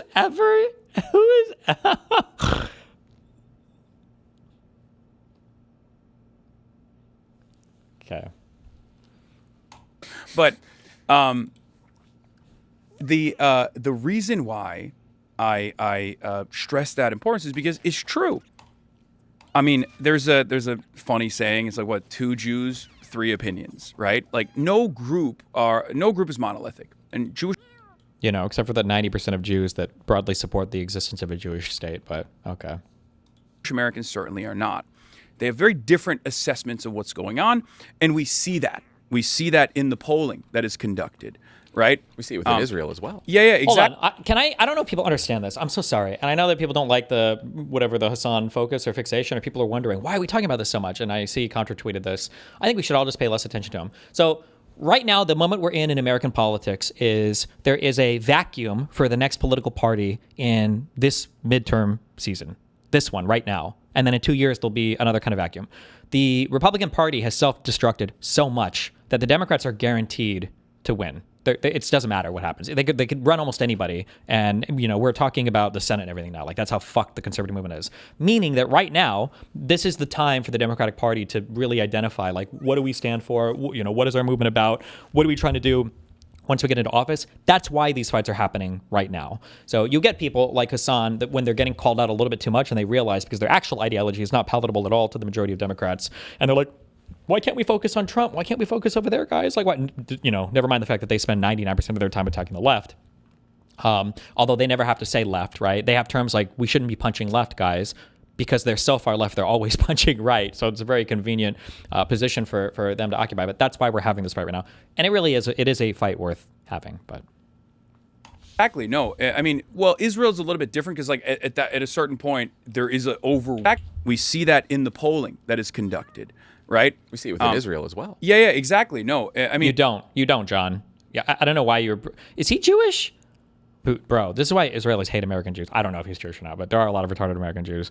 Or just because you're Jewish doesn't mean you know anything about fucking Israel, especially if you're in the United States, okay? There's no natural tie there as much as cultural Muslims, like Hasan wants you to think. This idea that it's a hot controversial take among Jews on whether or not there should be a Jewish majority state, that's just not true. It's just not true. It's not like a heated debate of like, should we give our whole country away to the Arabs? That's just not a thing that most people, you have to go to the very, very, very outer stretches of people to find that amongst Jewish people. In the polling that is conducted, right? We see it within Israel as well. Yeah, exactly. No, I mean, well, Israel's a little bit different because, like, at a certain point, there is an overwhelming force of people who are on board. You're there. It's a different perspective. Yeah. I get that. So, are you accepting any media appearances on reasonably popular stuff about the Hasan narrative, or are you avoiding it? Yeah, of course I would. But the issue is that most of the media. So Hasan will never take a critical interview, right? It's always going to be for PR slop stuff, like what John is willing to do for him here. And if I were to challenge anybody that would be favorably platforming Hasan, that would mean that I would have to go on a media platform and do a critical interview. But those media platforms that are willing to platform Hasan are probably not going to be media platforms that are willing to have critical interviews. So that's the issue, or at least not over this subject. So I would do it, but they would never. What I show always to people is that there's a difference between a lot of Jewish institutions and how Jews actually feel. And I actually sometimes will make a plea to not only my Jewish fans, but just to whoever is listening. And hopefully people will take away this message as well, to try to separate Israel from their institutions and to show themselves as if you consider what Israel's doing to be repugnant. Like, it's actually criminal. Like, if I was a Jew, I would hate Pod Save America. Hasan was pressed in the hardest manner possible on whether or not he would consider babies as settlers in the state of Israel, valid military targets. And even when pressed on Ethan Klein's podcast with him, on the Leftovers podcast, with their joint podcast, in an adversarial environment where Hasan should have been giving like the nicest answer possible, because that was an adversarial conversation. Even in that environment, Hasan said there can be baby settlers, yes. But here on this show, where John Goy is content to let Hasan completely sane-wash every single thing he said, now listen to this distinction. Well, I just want people to realize that Jewish people, even in Israel, they're not their institutions. The Jewish people over here, that's not the government. The average Jew isn't like this. The average Jew isn't the Jewish institutions of Israel. They're people that hate the country of Israel just like you and me. They don't think there should be a Zionist project in the Middle East. They also want to go back to Brooklyn, bro. Show themselves as if you consider what Israel's doing to be repugnant, then stress that there is that distinction between a Jewish institution that you might be a part of and how much they celebrate Israel or how much they try to fundraise for the IDF, for example, or do settler fairs, which are illegal inside of synagogues, right? Because from what my experience, there are a lot of Jewish advocacy organizations in this country and a lot of Jewish institutions in this country that simply masquerade as Jewish institutions and Jewish advocacy organizations when But they're actually Zionist or Israeli institutions. they're just pro-Israel advocacy organizations and institutions. The ADL is a great example of this. The Apartheid Defense League, as I like to call them, led by Jonathan Greenblatt, is very obviously not. Also, by the way, it's funny because in a way, this is a microcosm of another microcosm of like the macrocosm for Jewish people. So one of the arguments that Jewish people always give for Israel is that, listen, at the end of the day, when shit hits the fan, we need a place to go to. And usually the Westerners' retort is, bro, hello? There's the entire Western world where you can go to. You guys will be fine. And the Israeli response will be, if things are bad, maybe we can go to the West. But like when shit hits the fan, none of you fuckers in the West are going to defend us. It didn't happen in the Holocaust. You know, we were explicitly shut out of every other country to be mass killed by the Germans. When you see stuff like this is the type of stuff that Israelis view as insanely powerful propaganda for their country, right? Like, you're relying on Western states to defend you. You're relying on Western states to defend the concept of your existence as a people, whatever else. Well, here are the types of people that go onto their podcasts and talk about, you know, the Jewish people, the country of Israel. This is the propaganda they do. This is how they speak about, you know, the country of Israel and everything else. You know, nothing to say about any of the other violence that happens in the Middle East ever. And this is what reinforces their opinion of, you know, like, yeah, we got to have a country to go back to, you know. Led by Jonathan Greenblatt, is very obviously not invested in combating anti-Semitism at all, and is simply using anti-Semitism in this cynical way to attack critics of Israel, prominent critics of Israel that have spent decades fighting anti-Semitism and still continue to do so, myself included. And that separation, that lack of separation rather, is teaching Americans who have not been inundated with, Zionist indoctrination, who don't have any association with Jews other than watching Seinfeld and thinking, oh, you know, they control the media, but they make good movies, right? Like, that's the attitude of the average American about Jewish people who are. The average person thinks the Jews control the media, but they make good movies.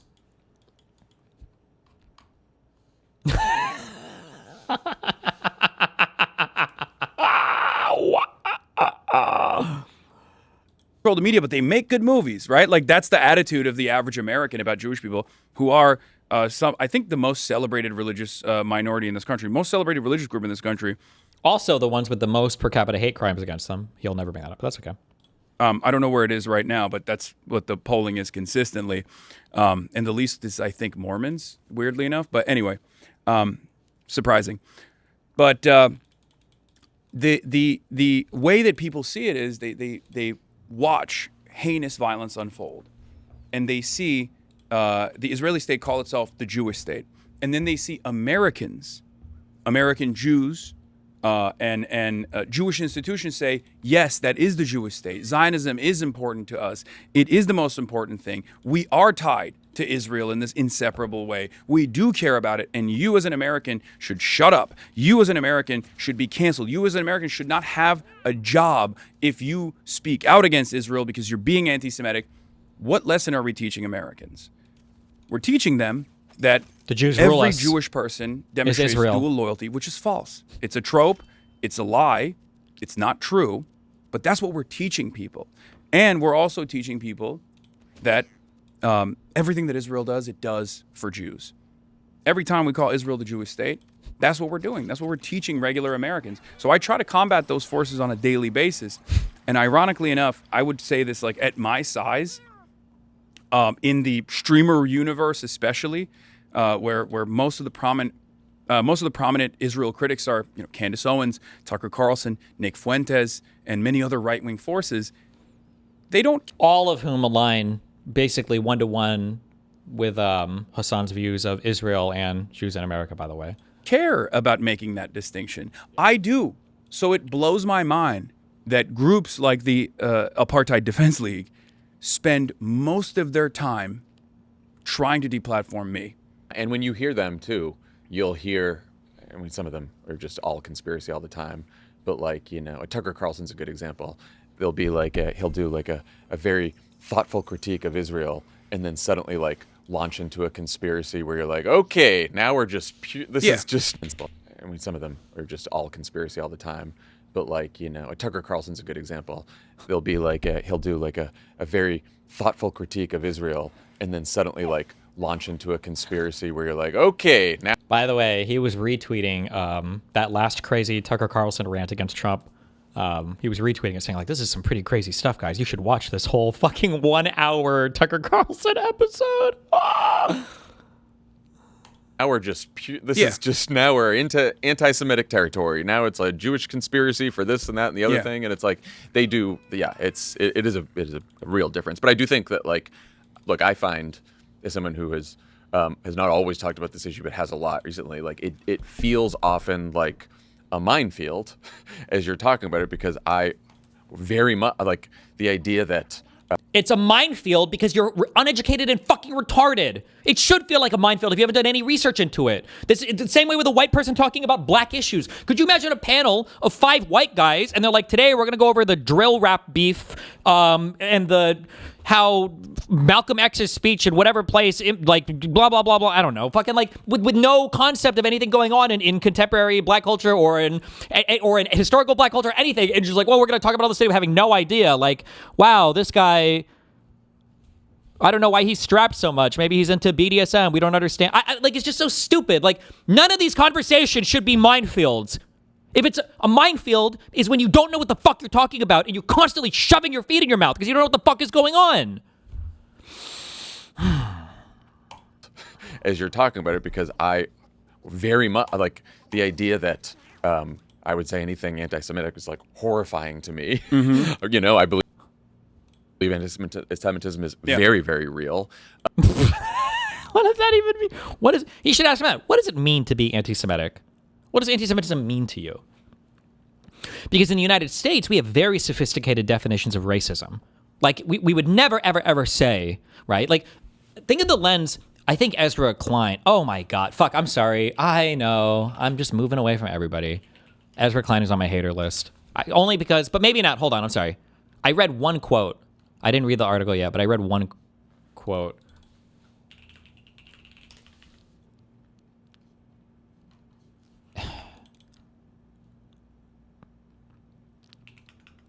Fuck. Wait, where's this article at? Hold on. I got you, unknown. Wait, did they change the article title? From Hasan Piker is not the enemy to this is why there's no liberal Joe Rogan. Oh my God.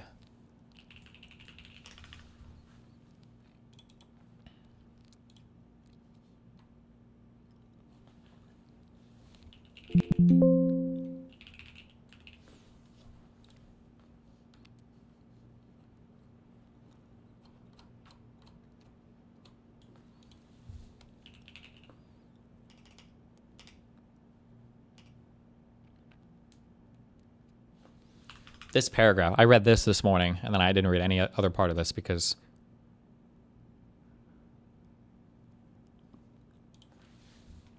no, wait, it's not this one. Hold on. But to focus only on those comments is to miss much else that Piker has said and believes. He also said, from pogroms to the Holocaust, Jews have always been singled out by those in power as a scapegoat for the instability and economic volatility that people in power caused. A resilient, nascent anti-Semitism is a constant threat. Is it nascent? It might be nascent. He has called anti-Semitism gross, immoral, and a hate crime. He has promoted John Ossoff, a Democratic senator from Georgia who is Jewish, as a 2028 presidential possibility. In previous presidential primaries, Piker supported Bernie Sanders, who is also Jewish. It is an unusual form of Jew hatred that calls out anti-Semitism and promotes Jewish Americans for the presidency. Imagine if we applied this lens to the Republican Party or to all of the crazy anti-black racism of like the 90s, right? And like early 2000s, you know, like how could you possibly say that Rush Limbaugh is racist when he says, I am not racist, and when he says racism is disgusting? How could you possibly think these people are disgusting when they have, black media pundits when they have how many? There were more blacks in the 2016 Republican primary than there were in the 2020 Democratic primary or whatever. I think. Right? You had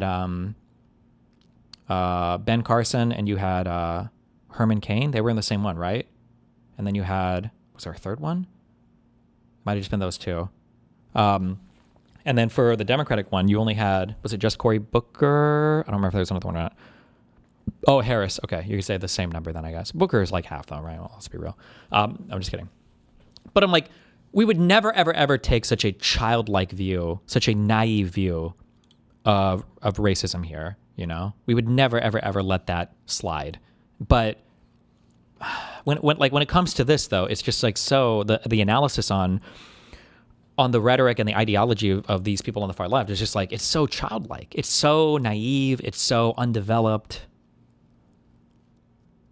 But it is quite difficult because a lot of very pro-Israel voices will say that's anti-Semitic because you've critiqued Israel. Also, by the way, there is zero shot. Mark my fucking words.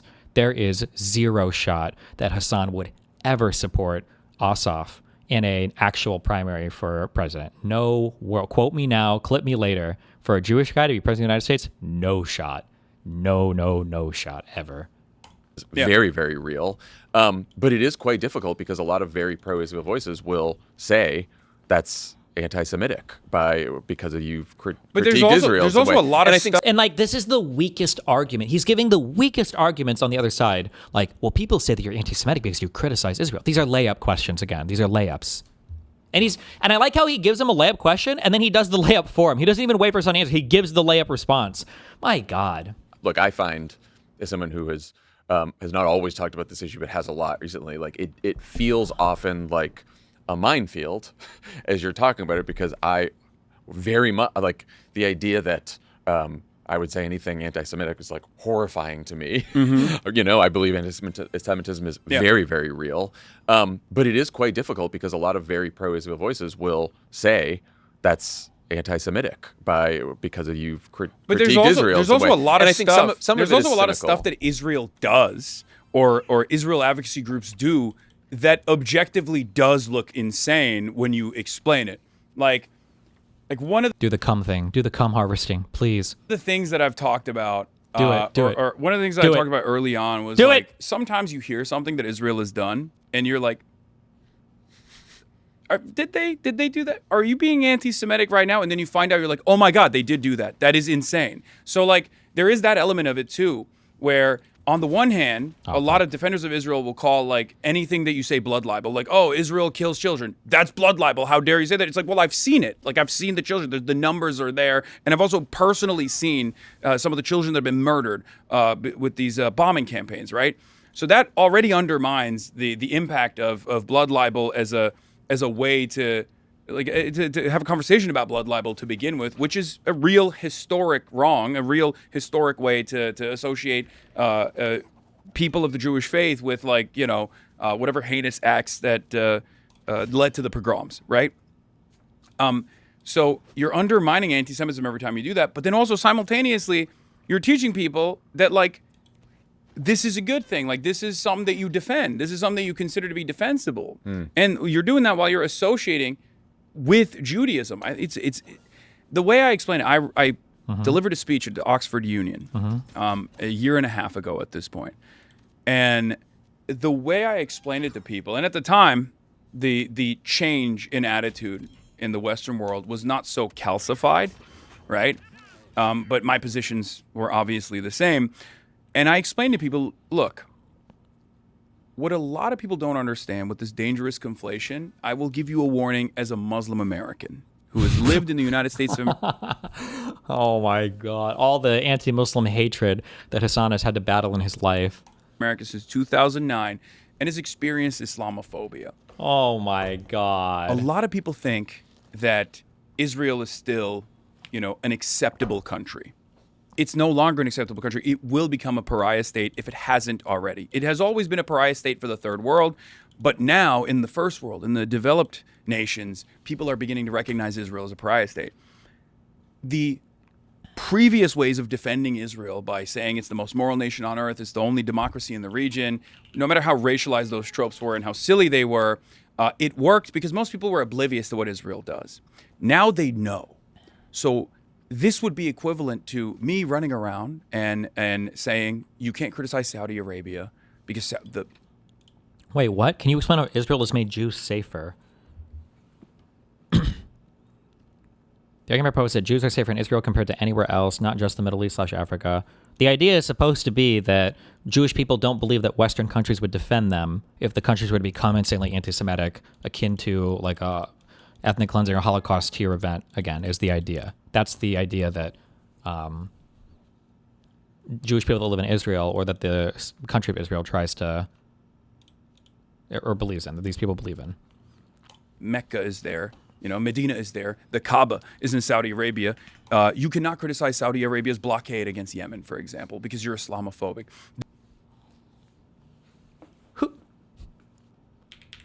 Who has ever said that in the media one time ever? You're criticizing Saudi Arabia fighting in Yemen? That I don't know if that combination of words has literally ever been said ever. People were oblivious to what Israel does. Now they know. So this would be equivalent to me running around and saying you can't criticize. Oh, I'm sorry. He's saying that this would be the equivalent. It's never running. Okay, sorry. Saudi Arabia, because the Mecca is there. Medina is there. The Kaaba is in Saudi Arabia.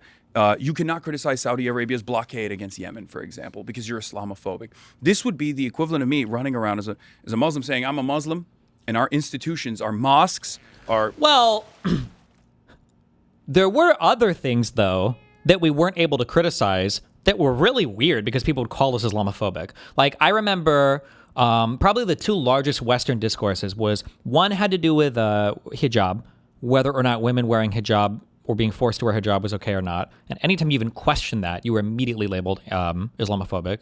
This is probably like 10 plus years ago. I don't know if it doesn't really come up as much anymore. And then it was a hot topic in France for a while because I believe Macron and his administration banned full face coverings from public areas, I think. Somebody tell me if I'm right or wrong on that. And people got mad because they thought it was an attack against, is it Talik and Burqa or whatever? The two big face covering costumes that they fucking wear or whatever. And then people got accused of being Islamophobic if you were okay with those masking laws. Was it just if you worked a government job? I thought it was in certain public areas or whatever. You weren't allowed to wear a mask, or it's something that completely covered your face. Niqab? That might be it.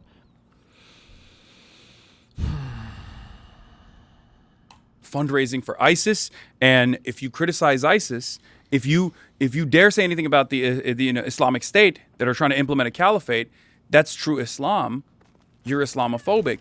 And then the media was also defending that position, and all of our institutions were defending that position. Well, apparently they're not allowed to wear it in schools too. I think it's easier now for, unfortunately, very unfortunately, for Americans to understand because we are seeing something like that happen here in the United States under Trump. But also, like, I think this will sound crazy, but I thought one of the Islam, you're Islamophobic, and then the media was also defending that position, and all of our institutions were defending that position.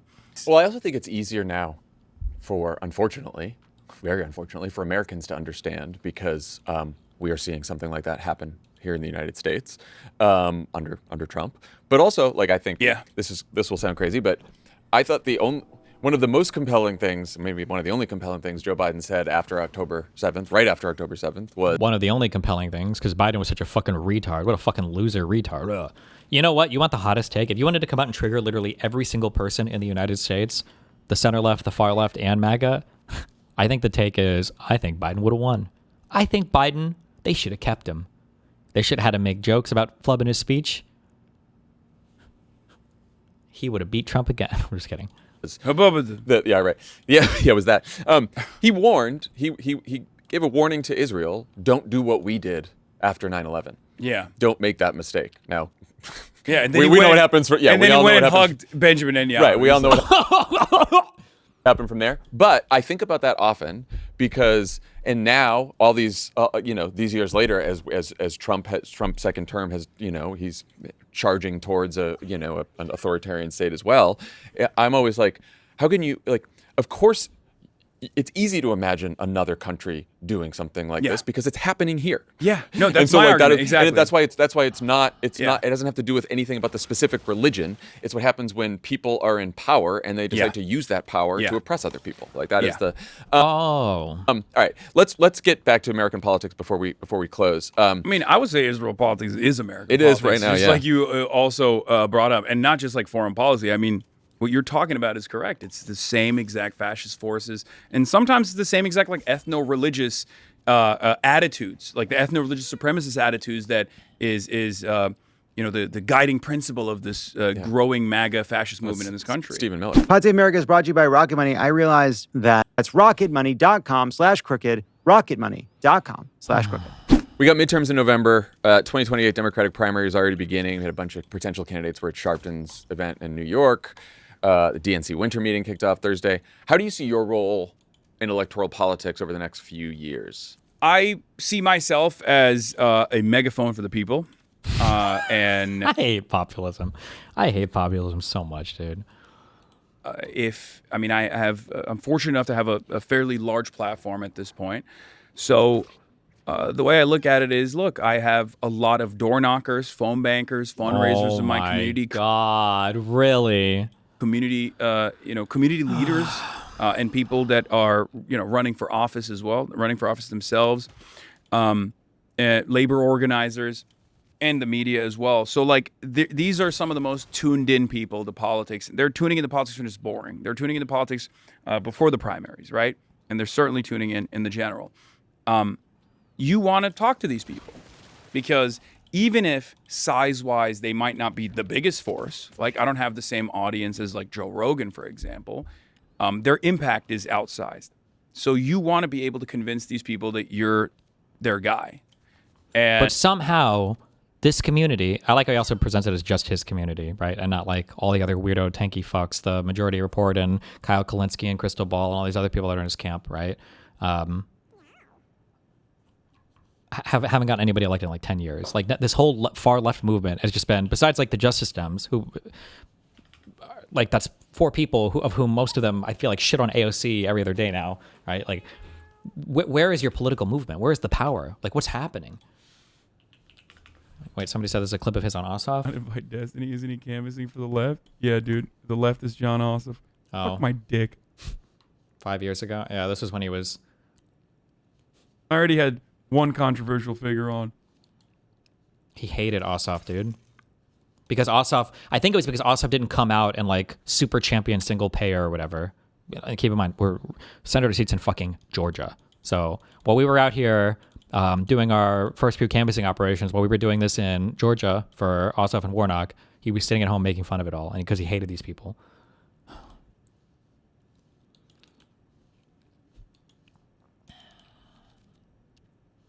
If I was going to have smaller content creators on, I would rather have them be, lefties that with relevant politics, like Canadian lefties, like the Serfs, for example.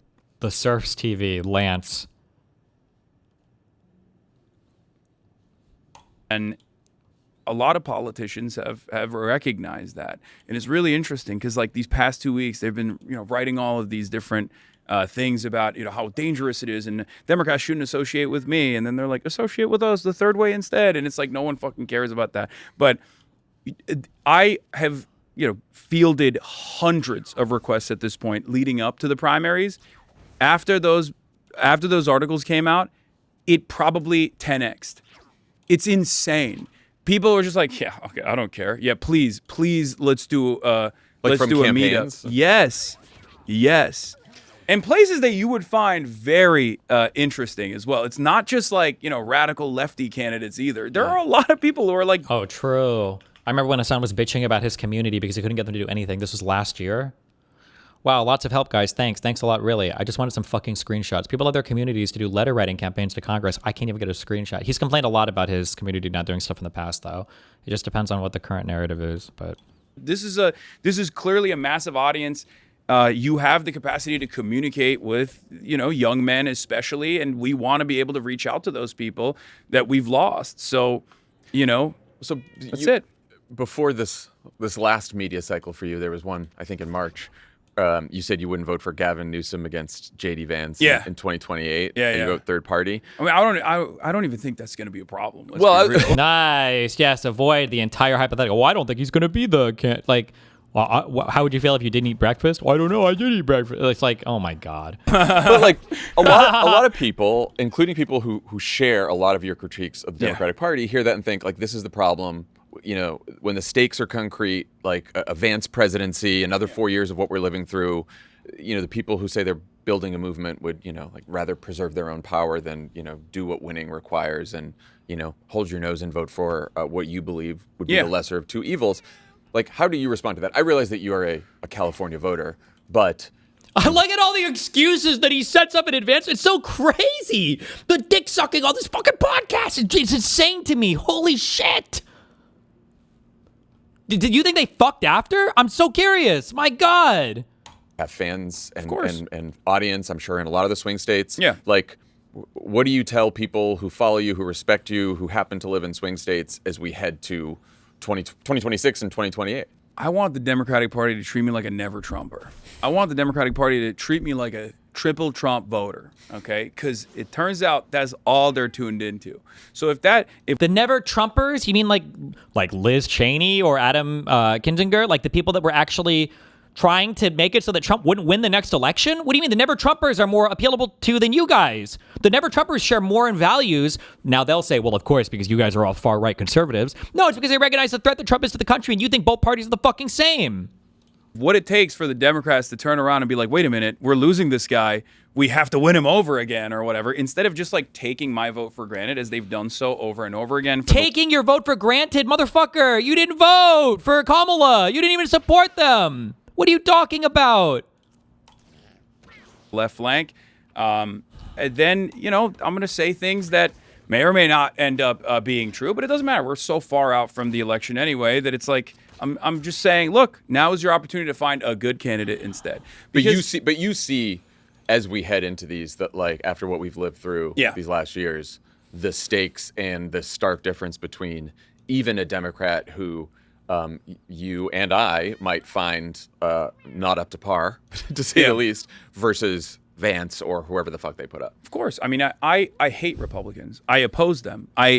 I say that all the time. I think that the Republicans are far more damaging. The biggest terrorists, the biggest domestic terrorists in this country, the biggest terrorist internationally is the Republican Party. And not only that, but it's just like I want to fight against the growing fascist movement in this country. My frustration with the Democrats is their conciliatory attitude towards that and their lack of investment in this struggle. This idea that, on the one hand, you say Donald Trump's a dangerous force. I see that. I recognize that. But then you turn around and you take on his anti-immigrant narratives and anti-immigrant messaging from the 2020 election that you won and decide you're going to be the sincere candidate that ends up, dealing with the growth of migration in this country. It's a failure. If you were serious about being an anti-fascist, if you were serious about combating these forces, you would take it more seriously. You would do everything you can. You wouldn't try to win by your own coalition that you want to build and parade Liz Cheney around and act as though you're going to win with like never Trumpers or whatever. You would do everything in your power to talk to people on your left flank. And we're seeing that now better than ever before with people like Plattner in Maine, right? That like you can actually be an outspoken leftist that says I'm pro Medicare for all. I'm an anti-Zionist. I'm anti-genocide. You have candidates like that winning. Your top three things: Medicare for all. Go ahead. Gotta throw that one in there. Anti-Zionist, anti-genocide. Israel. Two. At least inshallah, winning in places like Maine. God, kill me. No Jew, no news. Oh, kill me. Inshallah. And in unseating Republicans, even you got Dan Osborne. Like, not every single one of these guys is the same. Yeah. Right? They don't always none have. of them are gonna all their positions are gonna line up. Yeah, they're not uniform, but there is this broad left flank, left populism, Bernie-crat attitude that I'm seeing from a lot of candidates. and I think the centrist forces are very afraid of the movement that is building. Now that I think about it, during the era you knew Hasan, you never really talked about Israel, did he? He mostly talked about healthcare and racism. Yeah, no, they never talked about it. Not as much. They might have brought it up during the fuck, my brain is slowly losing all of its. What was the name of that fucking neighborhood? It's in East Jerusalem. I went there and I interviewed some of the people that lived in the apartments.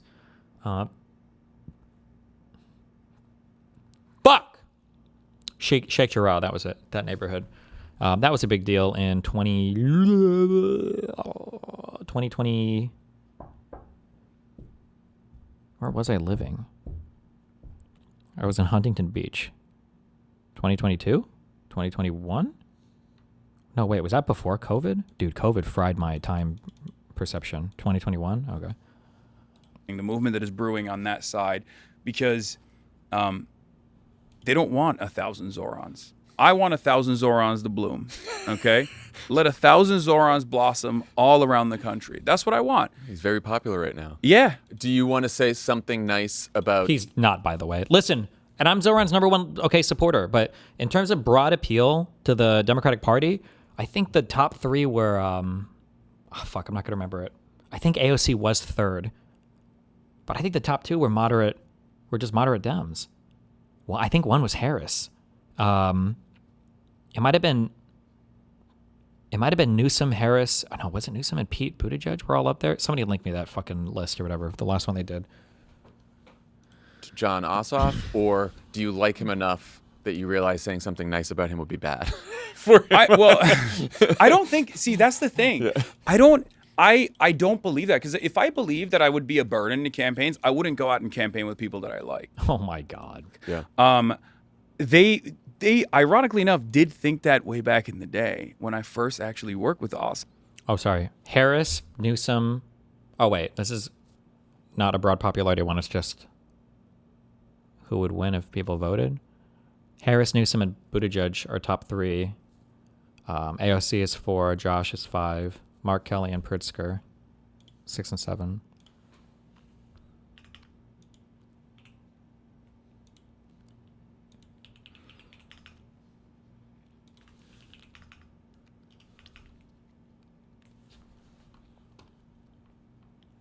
Rewind 5 seconds. He's about to skinwalk you. Shut up. Hold on. Presidential nomination. We have...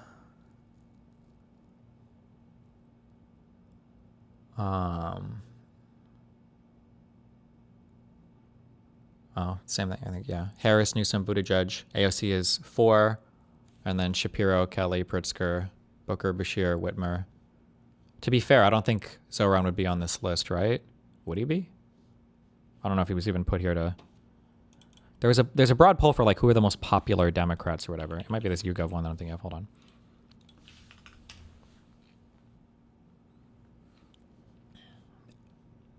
No.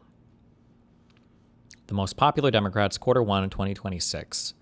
We've got Obama, we've got Sanders, Harris. So you got Sanders there, second. Okay. Harris, Biden is still there. Warren, AOC, and Zoran comes here at 7th. Which is high, which is good. But the idea that this is like the most popular guy, I want 1,000 Zorans, right? Like if you were to say, do you want 1,000 Obamas? He'd say no. 1,000 Bernies? Maybe. 1,000 Kamala Harrises? Fuck no. He would jump. He'd rope. 1,000 Bidens? He would rope. Soft campaign, and then the Raphael Warnock campaign, the first election that they did, right? And I worked with them privately. I set it up to didn't go out and campaign with people that I like. Yeah. They ironically enough did think that way back in the day when I first actually worked with the Ossoff campaign, and then the Raphael Warnock campaign, the first election that they did, right? And I worked with them privately. I set it up to for them to do something on Twitch, but I did it on background because they were worried that like associating with me even. What did he think he did? What did he do? And back then would be bad for Georgia. I don't agree. I don't think that's the case at all. Wait, him talking about this.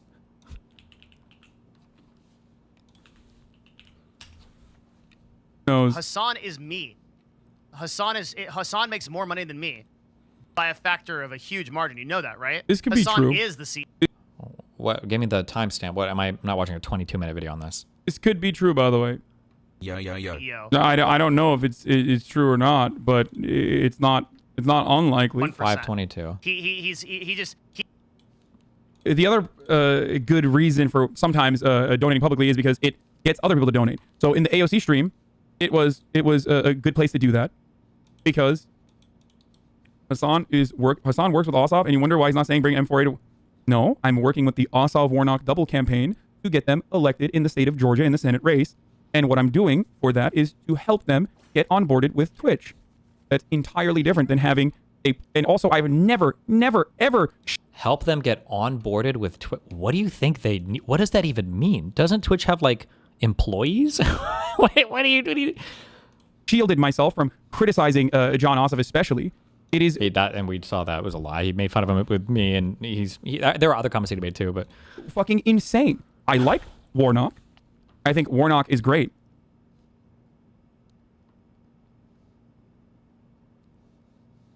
But they are both Ossoff and Warnock are way better than what Hasan should be spending his they are way better than the Republicans in those positions. Christ, look at the size of that thing. Look, maybe he should shrink his shoulders, Pygar. Love you, Hassel. I want what you want. You try to make up a popular movement to push a speaker about concession from the grassroots instead of the politicians. That's a great shift in politics, and you're ignoring it. Where's the progressive and incremental change that ultimately gets voided by massive corporate socialism? What?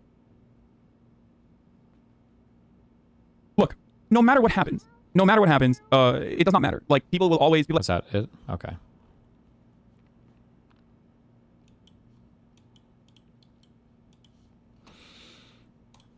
You look at all these places. You look at like some of the most conservative places in like Virginia or West Virginia even, and you poll them on things like, what do you think about the DSA? What do you think about Israel? And it's like they're a lot closer to me than they are to an establishment Democrat. You think people in West Virginia are favorable to the DSA? What?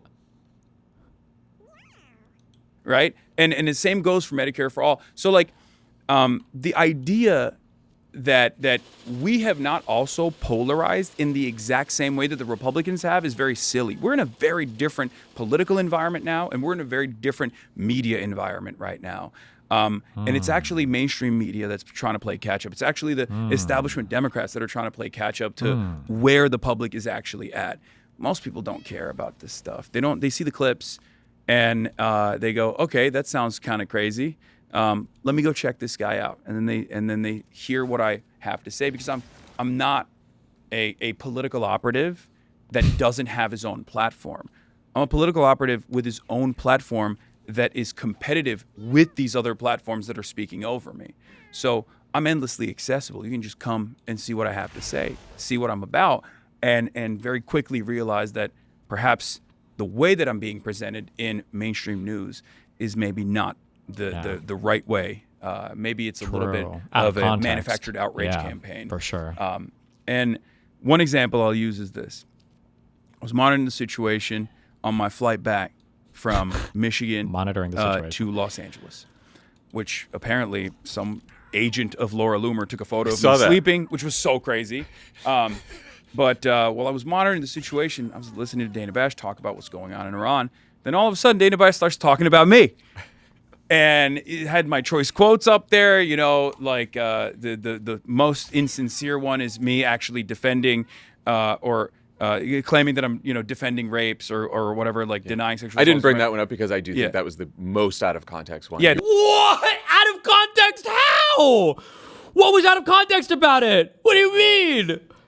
That was so messed up. You weren't saying rape doesn't matter. You were saying it doesn't justify genocide. The rape doesn't. Yeah, it doesn't. Oh, sorry. I thought he was talking about the rape college kids one. Never mind.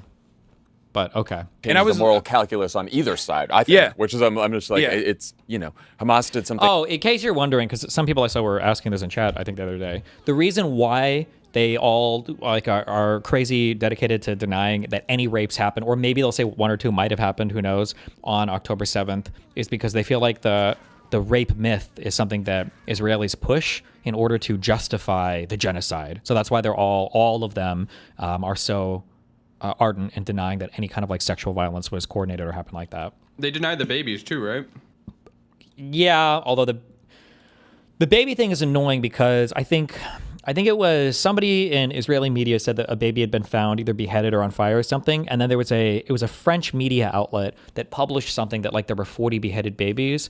And then somehow the beheaded baby thing got attributed to the Israeli state media. I don't even know if there is Israeli state media, but somehow like Israeli media. And then everybody was like, Israel made up the 40 beheaded baby thing. But that was like a whole fucking retarded schism of dumb shit. But most people today still think that Israel made up that 40 beheaded baby claim, but it didn't. It was some French media tweet that was not correct.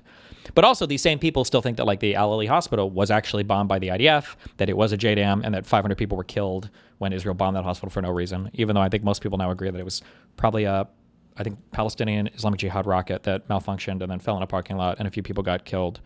I don't know how many. I thought it was like 10 or 20 and then maybe a few more injured, but fucking catastrophic and committed horrible atrocities. You brought up whether rape or not existed like that, it was still. You brought up a really good point.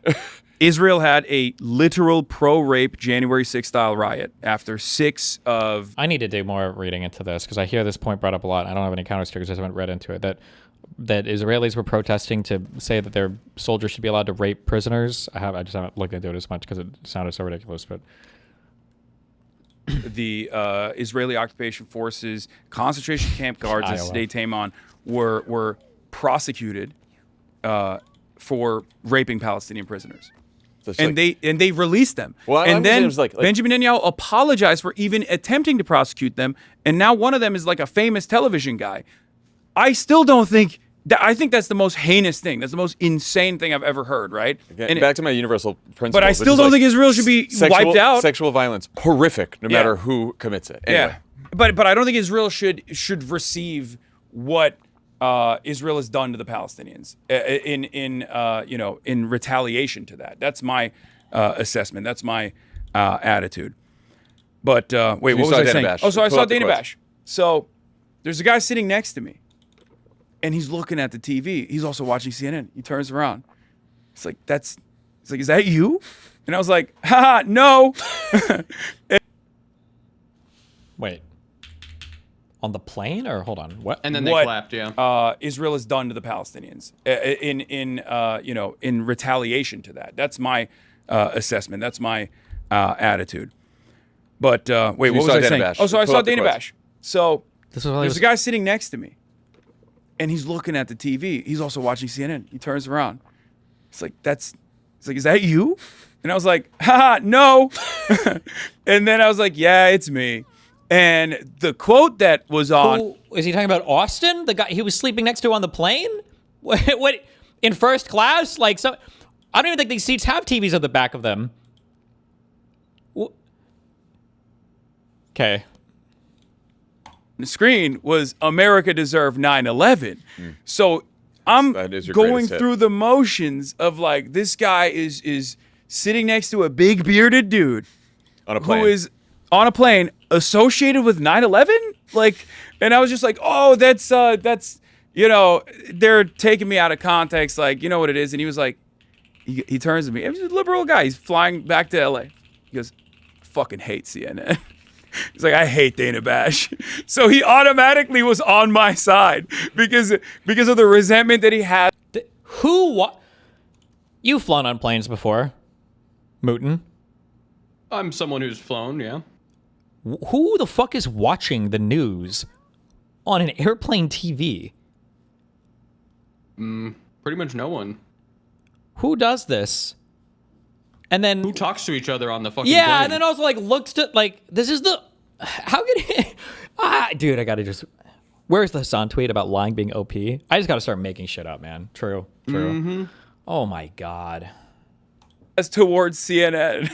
That is. Maybe that's a good place to leave it. That's a good place to leave it. And look, we love Dana Bash here. Maybe we'll get her here and we can talk about this too. Hasan, thanks for coming on. You'll have to come on again next time you're causing a lot of trouble. Yeah, I mean, that's probably going to keep happening, it seems. Okay. So, well, we'll see you. Thank you for having me. Of course. Thanks to Hasan Piker for coming on the show. Tommy Lovett and I will be back in your feeds on Tuesday with a new episode. Jesus.